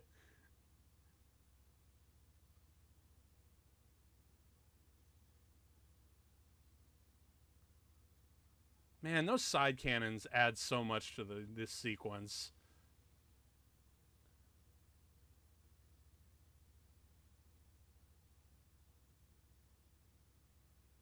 Oh, yeah. Now, here's another... Oh, okay. So, now, like I said, car's stuck on there. What do? Well, blow it up, of course. Right. And then let's and run it over for good measure. Exactly. Because, again, we just got to be so extra with this. All right, now, here's where I call some major bullshit. That's some Roadrunner logic right there. Well, yeah, I mean, yes, if you block a barrel, it can cause this kind of effect, but that's not effective enough of blocking a barrel. No, you need to weld that shit in order for it to really have that kind of an effect. Because it's even peeled out. Or if he had gotten, enough rocks where it was like, half to 3/4 of the way down the barrel, like, that might cause enough of a clogged traffic jam to have that effect. Yeah. But a single one's not going to. No. But you know what? It's fun, so Exactly. why complain? Exactly. But I just love the fact that they went full cartoon with it, and they had the barrel peel out like a banana. Right.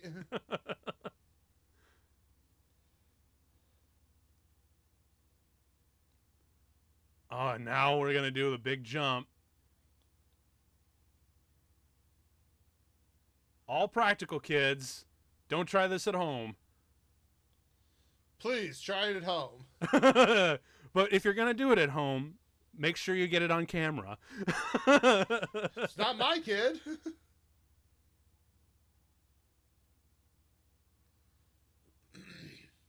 Oh, I love this. Oh, Pow! yeah. All 3 of them. Even he's like, damn. Also, kids, take notes here, because this is how you treat Nazis. By punching the living shit out of them. Right.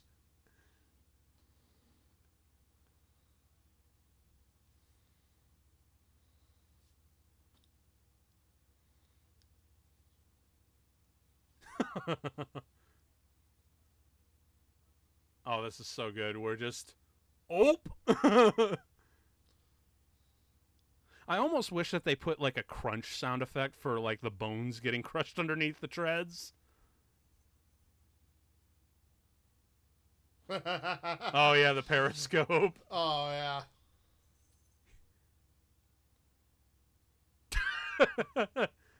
Ha ha, the American is getting his ass kicked. Hey, you want to see? Boom. Down for the count. Also, this is something you really don't want to do in the inside of a tank. Not for just the reasons for this, just the sheer noise.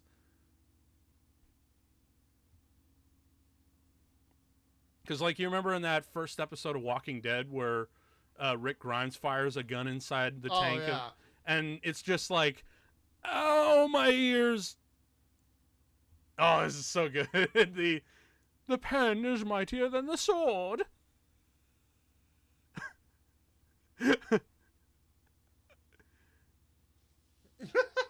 So pleased with himself. He's so professor. I love that. Whoa! Man, the And I love that moment because it's such a moment of like his dad's had enough. Like his dad's, it's like, nope. I'll blow these guys up. Yep. Ow!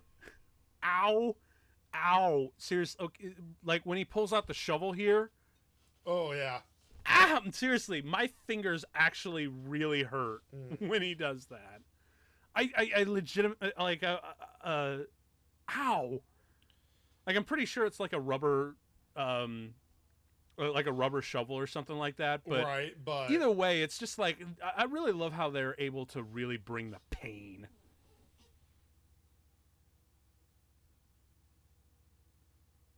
Oh shit, what's Indy gonna do?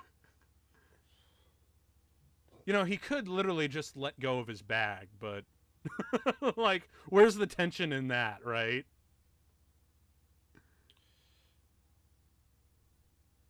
Oh, crap. Good show, Marcus. I love the blood. All right, favorite part. Yeah! Go get him, Indy. Go get him. But I like how they don't, like, he's climbing up, his bag is still caught, and then it's magically not caught. Yep, exactly. Like, who cares? Like, the music just you swelled, don't. and You're you're just like, let's go. Let's get him, Indy. You punch that Nazi in the face.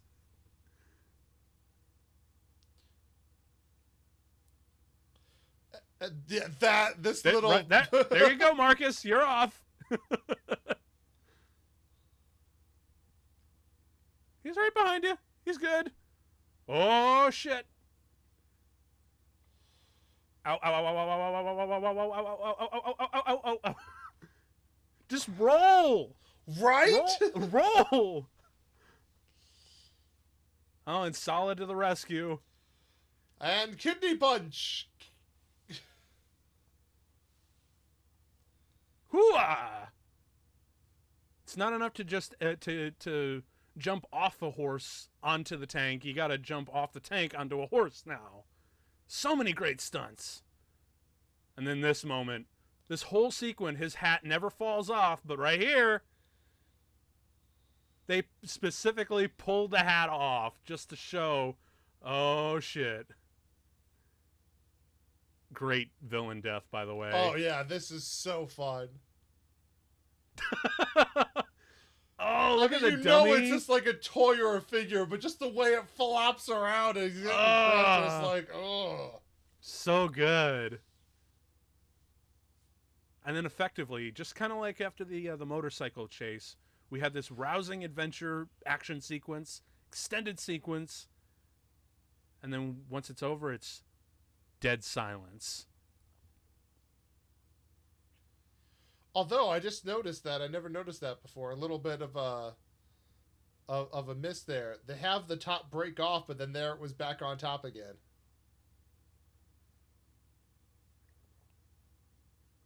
Yeah, so here I think the silence is even more effective because, like, his dad's on, like, realizing, oh my god, I lost my boy. Mm-hmm. but you know, us as fans are like, oh, pff, he's fine. Right. He's fine. He's a little shook up, but he's fine.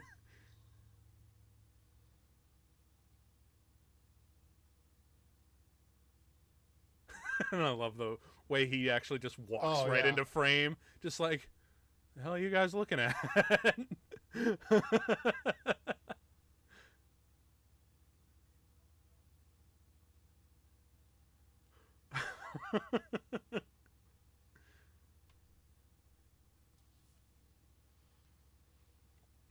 You know, so Raiders of the Lost Ark might have more iconic sequences and maybe slightly better action sequences, but I think this one finally figured out that we can have that, but also really great character dynamics for all of them.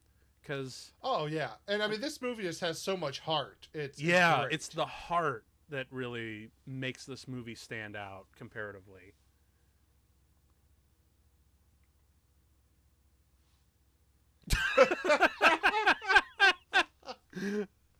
And then there's that. Yeah. The Crescent Moon Canyon.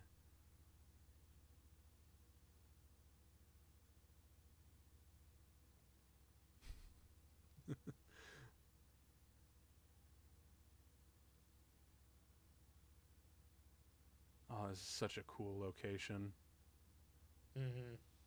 With the dust and the sun streaming through. I forget exactly where this is, but I know this is actually on location in like the upper part of the African continent. Yeah. Like this is an actual real old ancient city. And I know Yeah, it's like a lot the of you out there exterior, are gonna yeah. be like, oh, I know exactly where it is, and just like by all means, feel free to let me know where this place actually is in the comments. I knew at one point, but you know, you kind of forget stuff over the years. Yeah.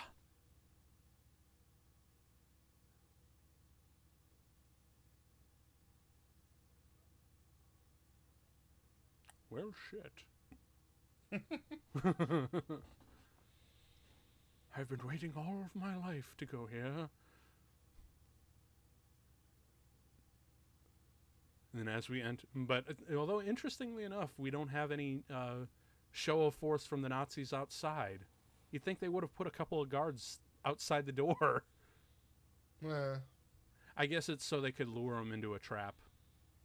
Which basically what's, ooh, spoilers, I guess. Like, for those of you, if you're watching this movie and you haven't seen it, what are you doing with your life? Well, it's more if you're watching this movie with us talking over it and having never seen it. What are you doing with your life? Exactly. Go home, watch it again, and then come on back and hit that like and subscribe button, please. We are happy to spend this time with you, but this is not how you should first experience a movie. Yeah. Oh, this whole bit here with the tests to get through. And I mean, I did the effect they do with the wind and everything is just, oh, it's so good.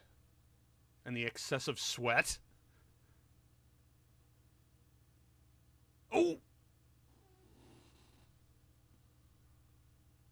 Like a bowling ball. Oh, jeez. And then wonderful little reveal here.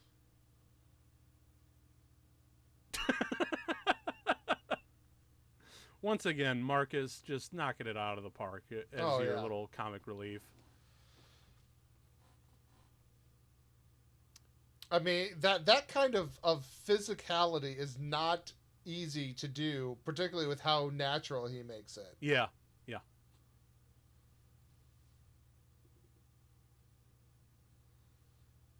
Another classic line. Yep, that's so Humphrey Bogart.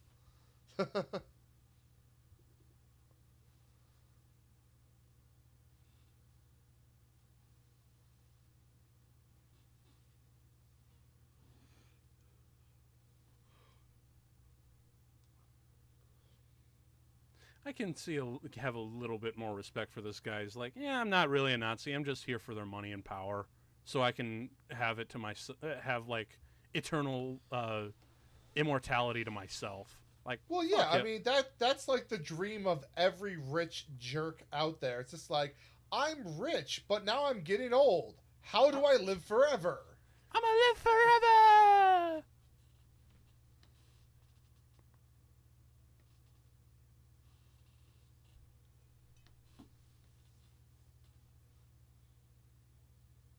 Oh shit. Man, the sound design on that gunshot, like, you've heard it many times before, but the fact that they really upped the volume on it, like, just gives it that real impact that it needs. Yeah. And now it becomes a race against time to save his dad.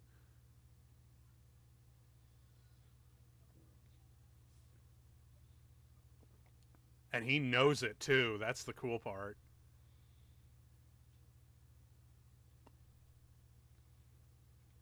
And that zoom right Oh, there. I know. Uh, It's literally in your face.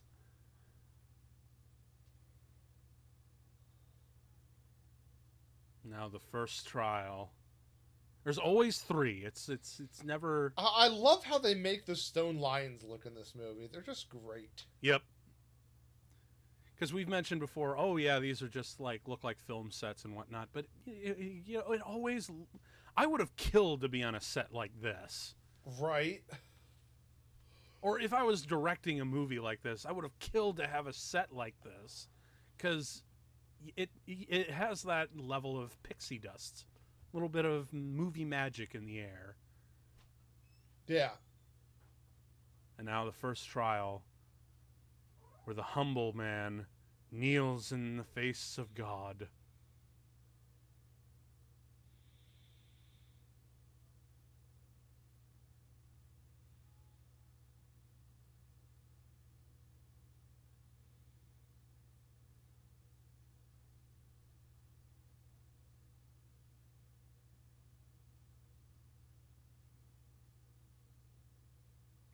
And I also like they're kind of getting this weird psychological mind link here. Mm-hmm.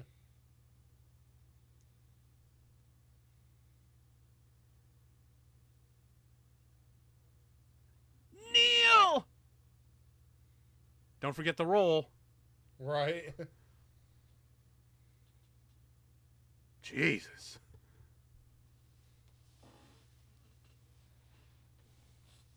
That's Why step would you one. why would he have stopped it though? It's like, let it be an obstacle for them. Otherwise, he runs the risk of just shooting his dad in the face. At least that's my logic towards it. Fair. Look at those cobwebs, man.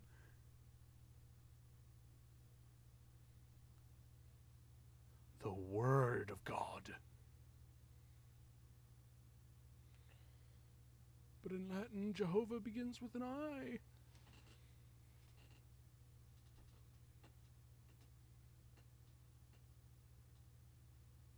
So is this like an early proof of concept for the mind link of the Force in the sequel trilogy? Like where they can just kind of mentally talk to one another? Whoa!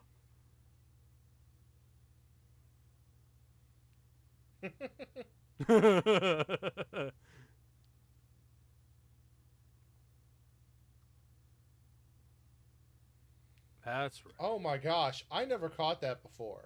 What's up? How close behind they were. I never caught Elsa in the background. Oh there yeah, before you're until totally just right. now. In that previous shot, oh Yeah, and that's important because, like, no wonder they knew what to do here. Because I always kind of wondered that myself, but like they were right there. I Yep. never caught that. there they are. No, you're totally right.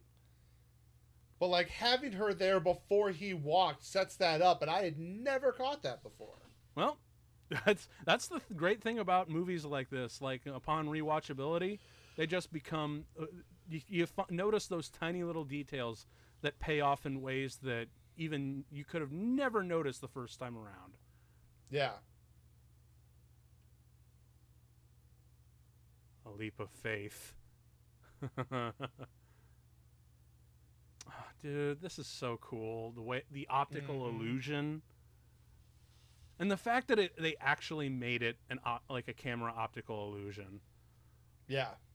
But and it's something that cinematically makes sense, but doesn't make sense logically, because you would think that when upon arriving there, he would just like turn his head slightly over this way, over that way, and be Right. like, Or that "Huh." you would be tapping in front of you with your foot, or Maybe he'd be like, "Huh, that bridge looks a little bit weird. I think I'll throw some sand on it." But it makes for such a wonderful moment here, where he actually has to take a leap of faith.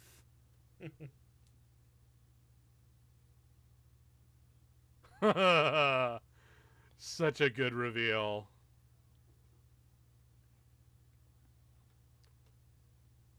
Okay, we're gonna dolly the camera over, and there's our reveal shot. Yep. Trailer moment for the ages. Oh yeah.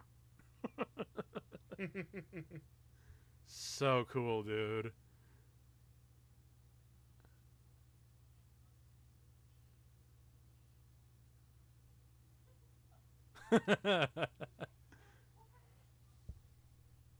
And then this wonderful little moment here, because you know that's an actual thing where they're just, boop, Yep. awesome. I like that you have to crawl in. Like, Yes. you have to be. It makes you be humble. Yep. Are you the pizza guy?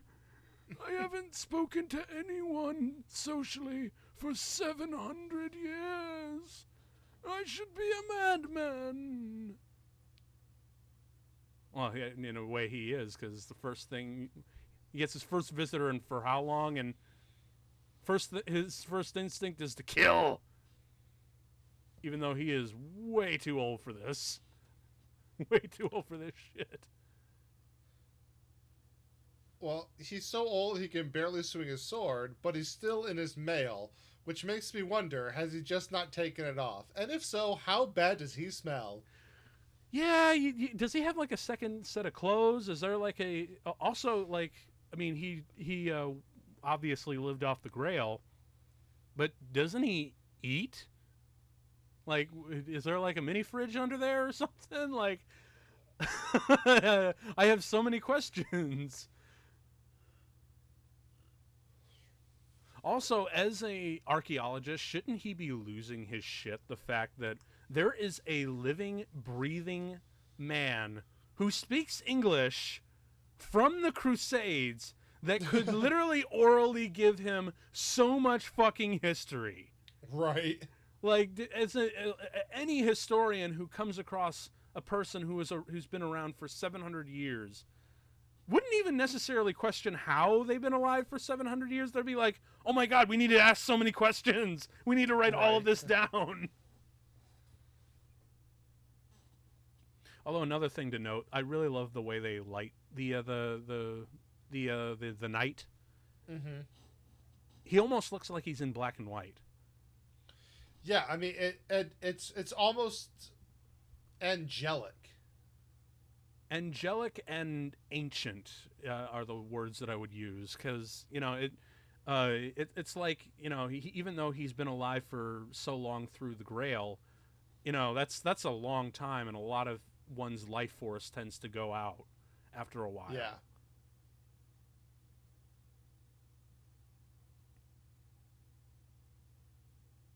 But what I love is all the different Grails there to hide the one true. Mm-hmm.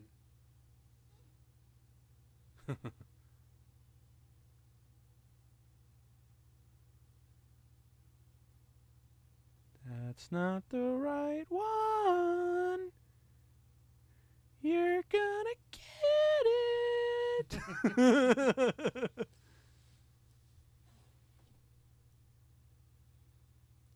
If he was smart, he would have had one of his cronies, Right. like back there with the rifles, just take a first sip to make sure. But he trusts Elsa, which is funny because it's his own advice he's faltering on. Don't trust anyone. Yep. Way to listen to that just goes to show, like, one of the greatest things about human nature is we even the wisest of men tend to not listen to their own wisdom. Yeah. And he did not choose wisely. He chose rather poorly. Oh, great death. Great death sequence. They don't always have the best villains, but they have the best villain deaths. I know, right? I always thought he kind of looked like what Christopher Lloyd looks like now. Like with the eye.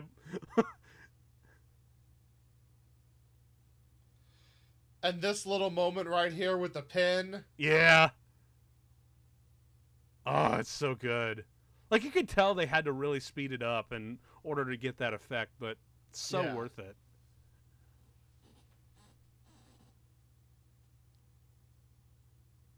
And then, of course, Harrison Ford looking around for the real one. Takes one to know one. Am I right? Yeah, it's a valid point. I never actually put that together. Well, yeah. I mean, Harrison Ford started out as a carpenter working for George Lucas and eventually cast him in American Graffiti. Then he did test readings of Han Solo, and the rest is history. Mm-hmm. I guess it all comes full circle here, where a modest carpenter becomes like one of the coolest people ever.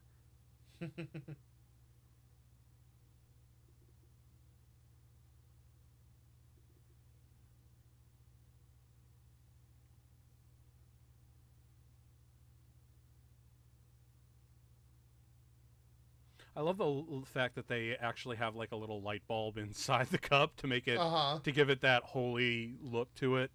Yeah.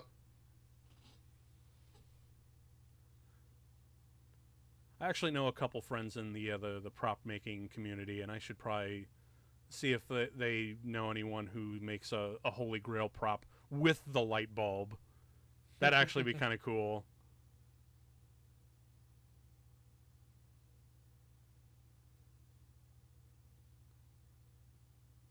And this is a great moment where he looks up at his son and he's like, "I'm alive." And then he spots the Grail.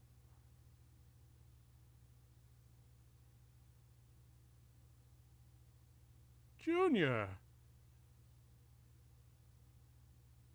Yeah, and this wonderful moment where he realizes, holy shit, I'm holding it in my hand.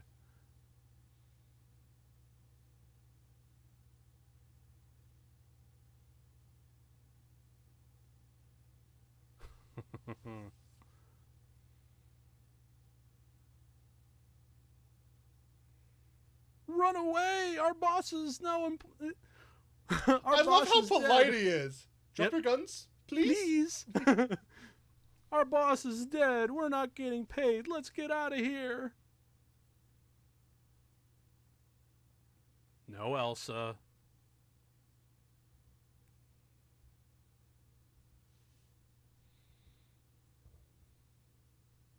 No. Bad Elsa.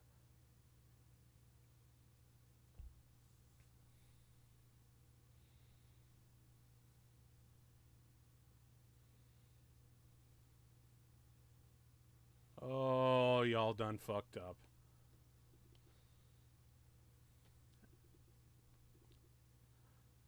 How fitting is it that lust for the Grail, lust being the key word here, is the thing that is Elsa's downfall? Well, I mean, I think greed in general, like of that nature is very much portrayed as the danger of things. Yep. The old man was greedy for more life. Yep.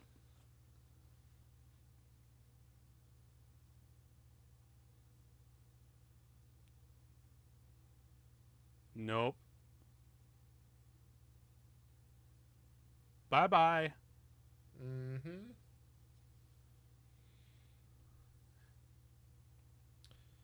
And now Indy's stuck in the exact same spot. Yeah, but what a wonderful test. And then the way, Yeah. he calls him Indiana.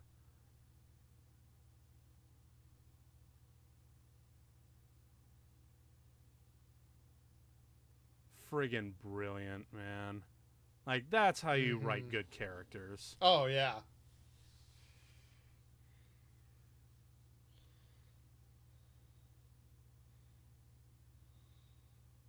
Oh, this exchange between him and the knight.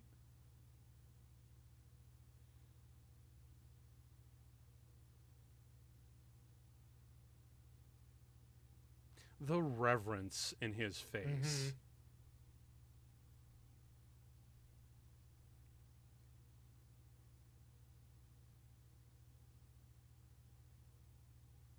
I can finally die now, thank God. Man, how many temples and places has Indy completely vandalized? I've lost count.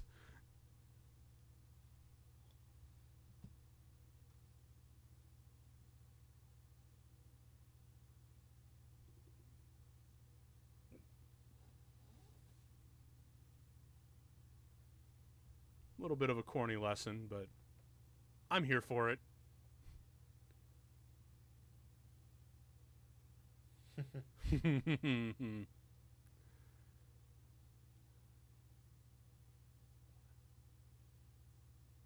Oh yeah, Raiders March.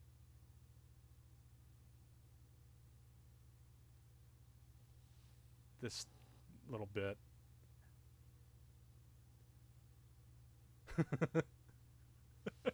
You're...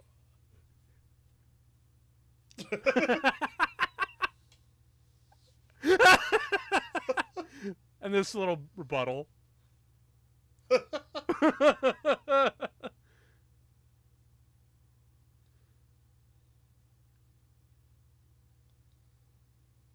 You have no idea what the hell you're doing, Marcus.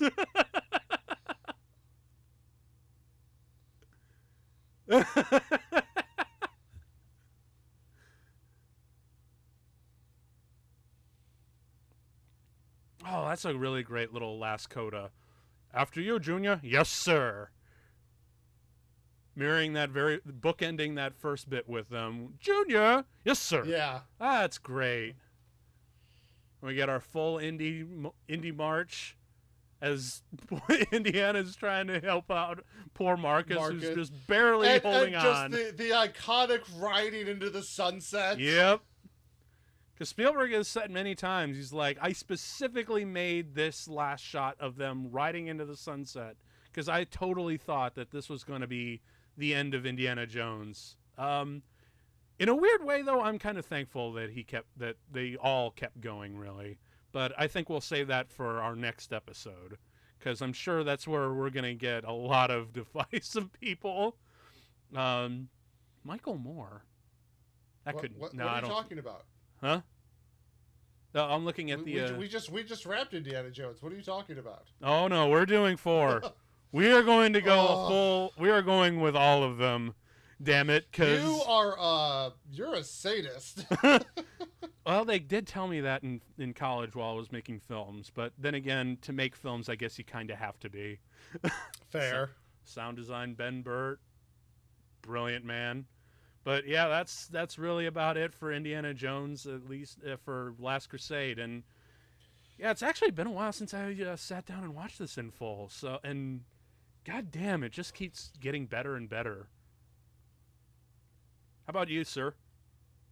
Yeah, I mean, every time, as I mentioned here, watching it, I always catch little things that I missed previous times that I don't always catch, and it's wonderful. I mean, these movies, though, it's like, this is the stuff I grew up with. Yeah. It's like, I don't think there will ever come a time where somebody goes to me, it's like, you want to watch Indiana Jones movie? And I'm going to be like, no, I don't. if that's, I think that's your that's your little code that you're under distress. Like, hey, you want to watch Indiana Jones? And you say no. Quick, help Sean. Right. He's in danger. Like, something's wrong. That's actually a great little code. We'll just use that in the future. If I get a text from you Right. and say like, "Hey, I really don't want to watch Indiana Jones today," I will come and help and save you. I will throw on my hat and whip and go out and start punching Nazis to save you all in that stuff. But yeah, man, like this movie has just aged so friggin' well, and it keeps getting better and better. Honestly, I feel like in 100 years, it's going to speak to the youth of cinema. Even then, when long after Harrison Ford and George Lucas and Frank Marshall and Steven Spielberg and all these wonderful people have been long dead, these movies are going to be cherished by generations uh, way into the future. Oh yeah, I mean, and that's just it. So many of Spielberg's films in particular will stand the test of time, and Yep. likewise, George Lucas with what he created. I mean, Yep. it's going to span generations, and that's how it is for many of the greats, as it should be. And there's also there's certainly films that have stood the test of time that are not always helmed by great directors, but have stood it because of performances or other such things. But I definitely think, as far as living directors go, I don't know that you're ever going to find someone who has as much impact and influence on cinema, obviously, as Spielberg.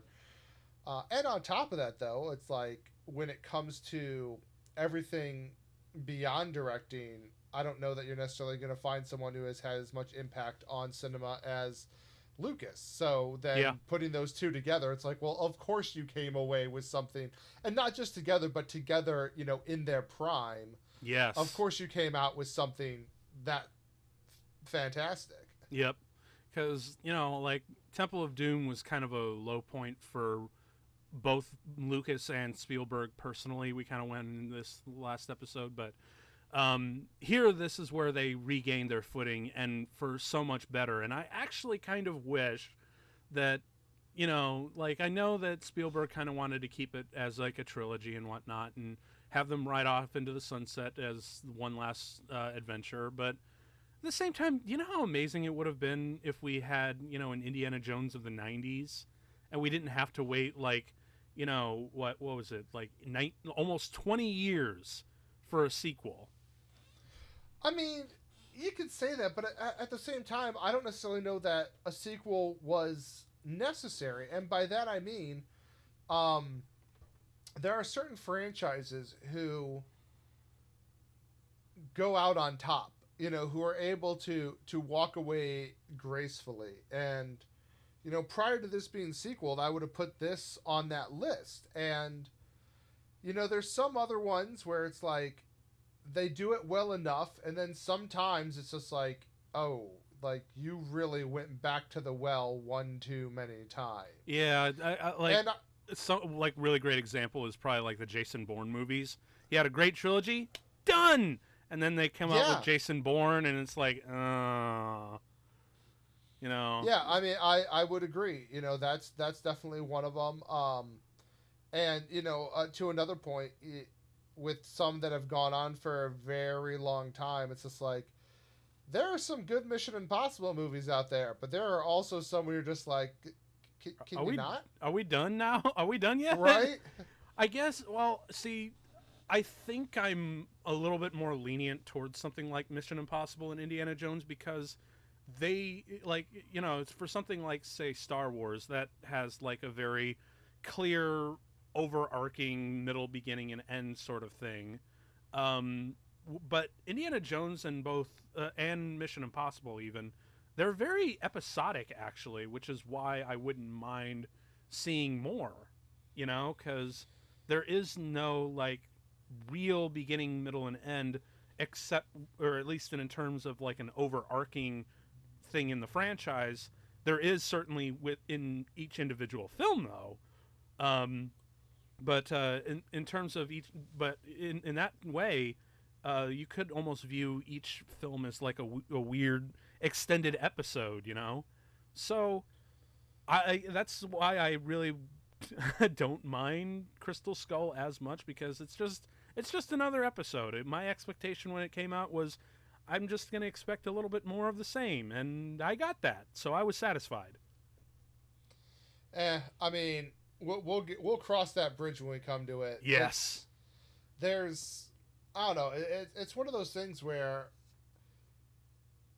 it's trying to recapture something after all that time doesn't always work. I mean, there's certain franchises where they went a substantial number of years between them, but because the time frame they were set in, or the world, whatever, hadn't shifted that much, it didn't play badly. Coming to mind, whether or not you love or hate these films, the fourth one stands up as not being, as still fitting very well within them, is, Lethal Weapon. There was a substantial amount of time between 3 and 4, but, I mean, the dynamic, everything about, like, it didn't play false. Like, you don't watch that movie and you're like, this was, like, shoehorned in and didn't need to be here and didn't work. Like, no. Like, it plays fine. Yeah. And so I think that's kind of the problem, is that with how much time had passed between the production, and then also because that time had passed and having to move the time period the film takes place in forward, I think that there was just a level of, they caught lightning in a bottle when they first made these movies, and I just don't think they were able to do that a fourth time. Yeah, but at the same time, I just kind of sit back and say to myself that you're totally right. They did catch lightning in a bottle in those first couple of times, and they're probably never going to do it again. If they do, great. If they don't, I have that expectation that they probably won't. So I guess that everyone just needs to lower their expectations. Guess. Right, but there's a certain level of, yes, you need to lower your expectations, but let me get into something here that people might want to cut off at this point, but we're talking about Lucas, and you want to talk about expectations. I'm always a little conflicted on the man, because obviously I love so much of what he's done. Mm-hmm. But this is also a man who has advocated in the past for the preservation of cinema as it was done, but then rejects that same ideology for himself. And that's why it's like... Yeah. As I mentioned earlier, when, he takes the cup, the false grail, even the wisest of men do not follow their own advice. And it's, it's frustrating. I totally agree with you, dude. And it's like there's a lot of stuff, in those fields and that kind of stuff where I'm just like, you should have just left it be. You did something so good, so brilliant. It's like, we didn't need more of that. Now, I don't care if they wanted to do something like, hey, we want to revisit this archetype, this style, this whatever. You could have definitely done something of being his kid, bringing people, there's ways you could have done it. But do we really want to talk about Mutt Williams? Well, no, what I'm saying though is that, not talking specifically to that character. What I'm saying in general is if you wanted to make these kind of movies again, you should have let Indy be and just picked up with his son without him. Okay, I see what you're doing. But I then again, Harrison Ford has always been unusually enthusiastic about these movies. So I feel like it's almost to the point where he's like, they're making another Indiana Jones movie? Oh, I'm coming. Da, da, da, da, da. So I don't know what it is, but honestly, you know what? I really wouldn't mind seeing him back for an Indy 5, especially if it's like one of those passing of the torches sort of things that we kind of been getting from. Yeah, they tried to pass the torch last time, but we all saw how that went. Yeah, he's like, nope, I ain't doing that. I'll be back for Indy 5, damn it. Just try and stop me. And I don't know, there's there's a lot to be said with. I mean, this is taking us into a whole different territory, but there's certain actors who it's like they might do good work, but you look at their work and you're like, yeah, they're gonna pop up and they're gonna do something that I'm going to enjoy. Cool, but at the same time, like this person is not going to helm a 5-film franchise. Like, this is not who you're going to get from that. Yeah. And it's those moments where you're just kind of like, okay, I see the choice you made there, but I'm confused. Let's see what you do with it. It might turn out great. It might turn out horribly, but either way, I think we're all going to be entertained. I mean, look, I'm not saying there's not an entertainment value to stuff. Lord knows I watch some stuff that doesn't have a whole lot of artistic value, but has a high amount of entertainment value to it. Especially when there's booze involved, for sure. And, I'm just saying there's a distinction between the two, and yes. that's something to be, noted. And it's just going to kind of depend, a lot of the stuff, it's also subjective, it's how are you making it? Who are you making it for? What are your targets? And that kind of stuff changes. Yes. Specifically, Indiana Jones films are very much movies that people enjoy, but it was definitely geared towards kind of like an all ages audience, skewing to a certain level, more towards the young. Like, not children, but not, necessarily adults either. Like, it's adventure films like that play to a certain level. Which is really funny when you can... Well, it's still really funny when you say that, when you consider the amount of violent carnage that goes on in the movies. For sure. But that's kind of me. That's bringing me to the point I was trying to get to, which is there's a lot of that in 80s movies that are geared towards younger audiences. And that's, I think, where a switch happened, because as that became no longer the standard, as movies for that demographic became more sanitized, more kid glove handled. Yeah. It's then a little difficult to come back around and do that genre once that tonal shift has happened in the same way. Yep. And so I think that's a lot of, what suffered. I mean, look at it now.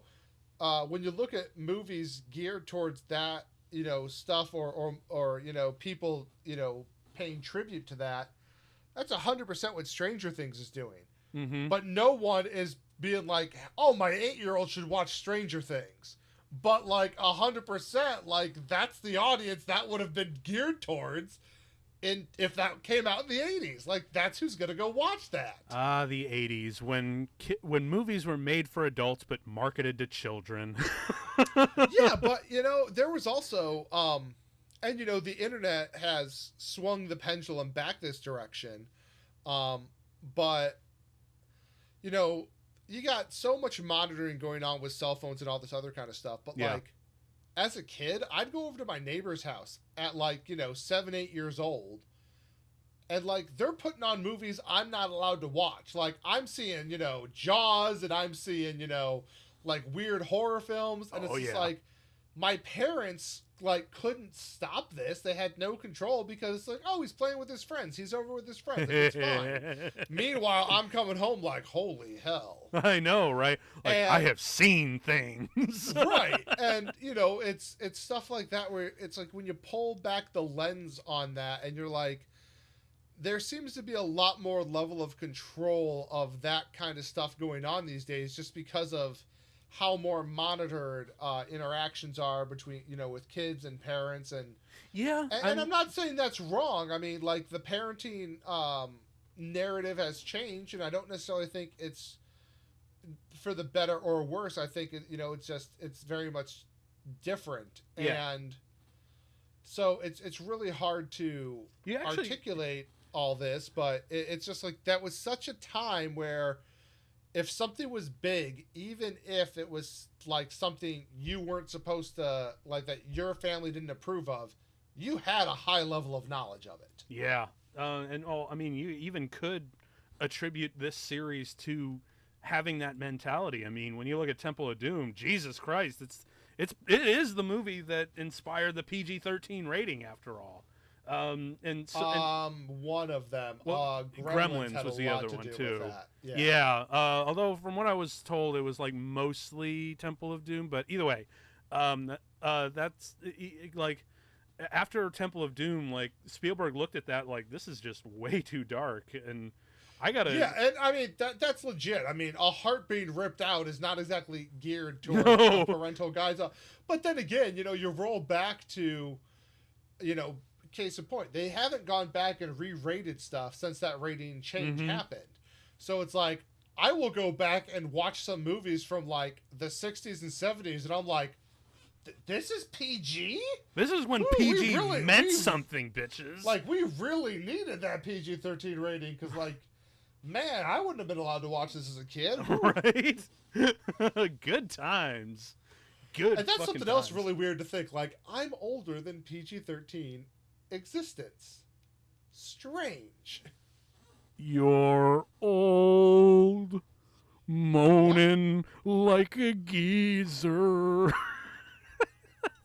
Get off my lawn. Well, I will join you on your lawn come in a couple of weeks, because next week we're going to be doing Avatar with an old friend of mine. Stay tuned. But in the meantime, I think this has been a really good time to cap this off. So, yeah, this has been an episode of Contract where you'll never have to watch a movie alone again. I've been Tim. I've been Sean. And we'll see you next week. Been a lot of fun, you guys. Peace.